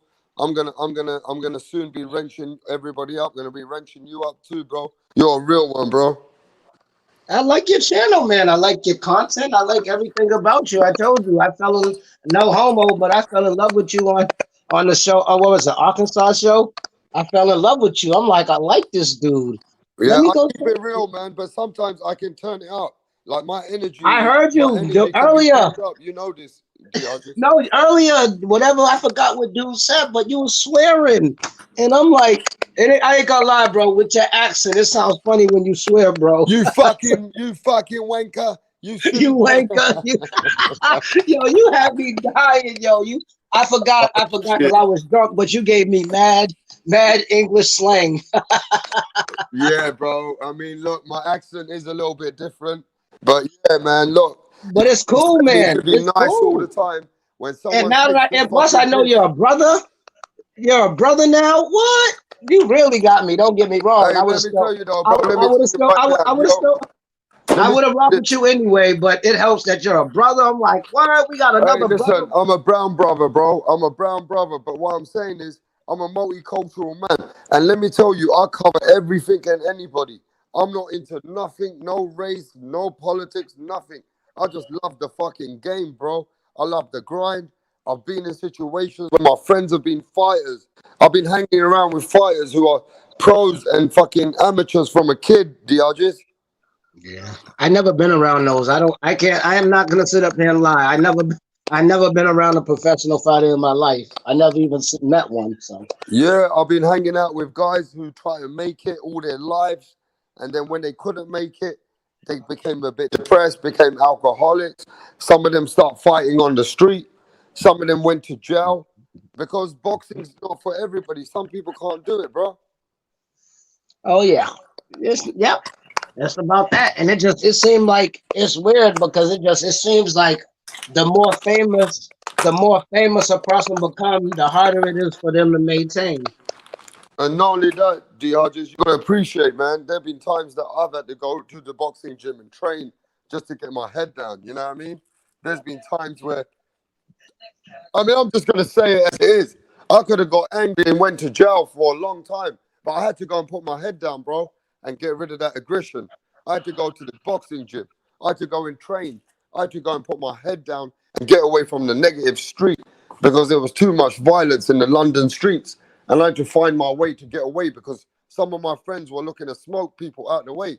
Some things happen in life where people go crazy. Yeah, people sleep. People sleep on London, dude. People sleep. Don't think they're gangster over there. Like, don't sleep. I would never sleep on nowhere in England. Like they're seriously gangster in London. Hey, London's a different kind of city, but what I'm saying is London's not a soft city. You got a thick skin, and if you come from a little bit of a not a rich area or a little bit like the projects and stuff like that, you got to have thick skin, bro. You got to know how to defend yourself, just like many places which are not coming from, a bit of more poverty and stuff. You know how that They works. always, but I forgot where it is, but they always talk about Soho. It's serious over there in Soho. Facts. Where I think I forgot where it is, but yeah, they always talk about Soho. Like they be showing mad little documentaries. They get it in Soho. Ooh, carjackings and everything else. Like that is Soho. Soho is very criminal infested. Well, I think there's criminals everywhere, all over the world. There's crime everywhere, but Oh London yeah, is I know. But definitely. like they were saying, Soho is like one of the illest places down there. Soho. I don't know if it's true or not, but everybody talk about Soho. Yeah, man says London's not oil. Anymore. It's rich. Yeah, London's rich. Let me tell you right now, Diogenes, a one-bedroom flat, like even my flat, yeah, is worth over $1 million in probably America. Just a A million one-bedroom dollars flat. for a But one bedroom? one-bedroom flats, two-bedroom flats. But let me tell you this, bro. In London, there's different parts of London, which is even though the houses are expensive and everything, the house of living are expenses and all that, but there's still a lot of crime there. You get what I mean? Of course, that's where of course the crime is where the money is. Shit, the broke people, you ain't got nobody to rob. If everybody's broke, of course the crime's gonna go in the richer places. They Yeah, got the money. You could G Man Socks is in the house. Salute to G Man Socks.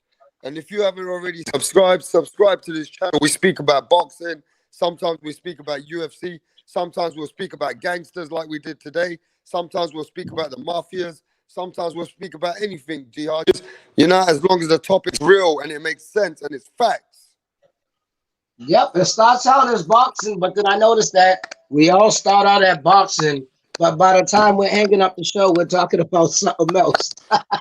Hey, listen, but Soho. That's why I love this show. I love this show. Soho is for tourists. Yeah, Years and years ago, the Soho used to be for gangsters years ago. Like you're talking a long time ago, 70, 60 years ago, maybe. They could be a place for gangsters. You always can talk about the triads. The Chinese run Soho, bro. The triads. You know what the triads is? Of course. They triads are Chinese, Yakuza's Japanese. Yeah, so Soho's now all about tourists. G-Man Socks is right about that. He all about the tourists.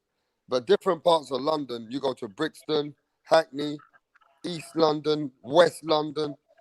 You know what I mean? There's different projects all around them places. You know what I mean? Manchester, Moss Side. You got all them areas. There's different kinds of projects. And you know what happens in projects, DRJs? You already know. That's where the drug dealing go down.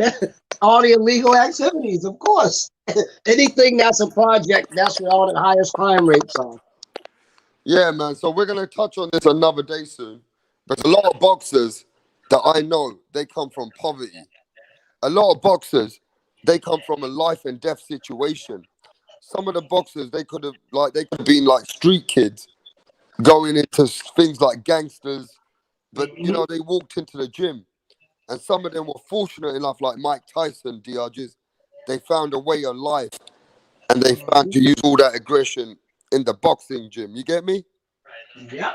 Just like Tank Davis, just like all of them, of course. There are a lot of people. Only one I could say that really had a good was like Devin Haney. Like Devin Haney was never in the streets or nothing like that. He had a natural love for boxing with his father. But Devin Haney, he wasn't no gangster, no criminal, no bad kid. From what Bill Haney say, like Devin Haney was a perfect kid. He just liked to box. But most boxers, they go to the gym to get away from poverty. Either they was getting abused at home, or you know what I mean, or they living in the streets and homeless. Boxers have the rough stories though, because like NBA, you got to go to college most of the time. In all the other sports, you get to go to college first before you go. Boxing, you just go when you go. Yeah, facts, man. But look, like I said, man, we're going to touch on these subjects about poverty, boxers who came from poverty, some boxers who didn't come from poverty, but they all got to have the same thing. You got to have that hunger inside you, bro. That is the truth. And like I said, the more underprivileged a person is, that's the more better they try to succeed, because they want to get out that poverty. Facts. And that's what happened to Mayweather. But on that subject, D. Hodges, I appreciate you coming to Rapstar Boxing Knowledge for the day, bro. I appreciate it. You're always welcome here, bro. Even when you see me here with dozens of people, you come in this chat. Not all the time you're cooking. Sometimes you're just listening. Sometimes you're just listening to other people and getting some knowledge together and putting yourself, and then you put your own facts together, bro. Yes, sir. But like I said, it's about 7 o'clock almost. So yes, I appreciate y'all cooking over here today. Today was a testing channel for me, just to make sure that the channel's working again. Things have been good these last couple days, so it's nice to know that the channel's back. You know what I mean? But let me. If you take a nap and come on, shit, nobody hardly comes on Sundays. Why don't you come on this afternoon? Sunday is one time where nobody comes on Sundays. Everybody take a break. So why don't you go to sleep, come on and start an afternoon chat, because we got football today and everything else. You know what I mean? So you should come on in the afternoon when you get up. Yeah, we'll cook that later, bro. Because you have to. You said you got to get to 4,000 hours. So come back with an afternoon show. That'll help a little bit more towards your goal. Yeah, for sure, man. I might even do All right, so you have a good day, bro. I enjoyed your show. I'll be back. I love you. I love y'all, chat. And I I'll definitely appreciate be it, back, bro. bro. We You have a appreciate good y'all day. coming over here from Boston, straight from Boston. D Hodges in the house, and as D Hodges leaves, I appreciate everybody who came in the chat, man. Conor Benn will beat that Josh Kelly. Josh Kelly showboats, and he's average. Hate people like that. Yo, bro. Yo, listen, bro. It ain't really like that, though. G-man, you know Josh Kelly can fight, but I reckon Conor Benn, he can probably stop Josh Kelly, bro. You know what I mean? I think Conor Benn can stop Josh Kelly, but he got to be focused in that fight. But Josh Kelly can't showboat if he's stepping up anymore, mate. If he thinks he's going to showboat as he steps up, then nah, man, he ain't going to be able to do that showboating and that. They'll smack him the fuck out of there, bro. They'll knock him the fuck out.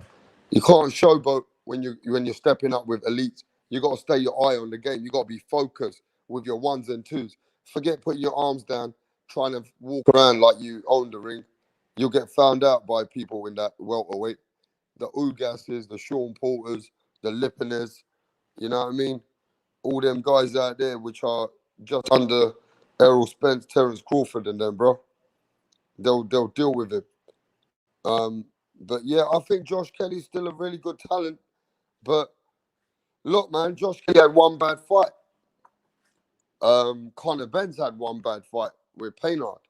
But Conor Benn's learned a lot. And I think Conor Benn's a way more improved fighter now. For sure, bro. Conor Benn seems like a very improved fighter to what I saw yesterday. He surprised me. He was very patient, composed in that fight. I was happy with his performance. He did better than Sean Porter did. So that says a lot for Conor Benn. I mean, yeah, I'm ready for Conor Benn to step up. Let Conor Benn take Josh Kelly, and then let Conor Benn, if he wins that fight, then he can go on to big and better things. But I just want to let everybody know, everybody who tuned in today, tuned in yesterday, even when my show wasn't, I had technical problems. We're gonna cook some we're gonna cook some other topics soon during the week. Thanks for coming in. Thanks for subscribing. Press that like button. You know, press the notification button. It'll let you know when we're back on. But Rapstar Boxing, knowledge in the house. You know, and I hope you guys will be on with us next time we're on. And stay safe, be safe, and peace out. God bless all of you. Respect, mate.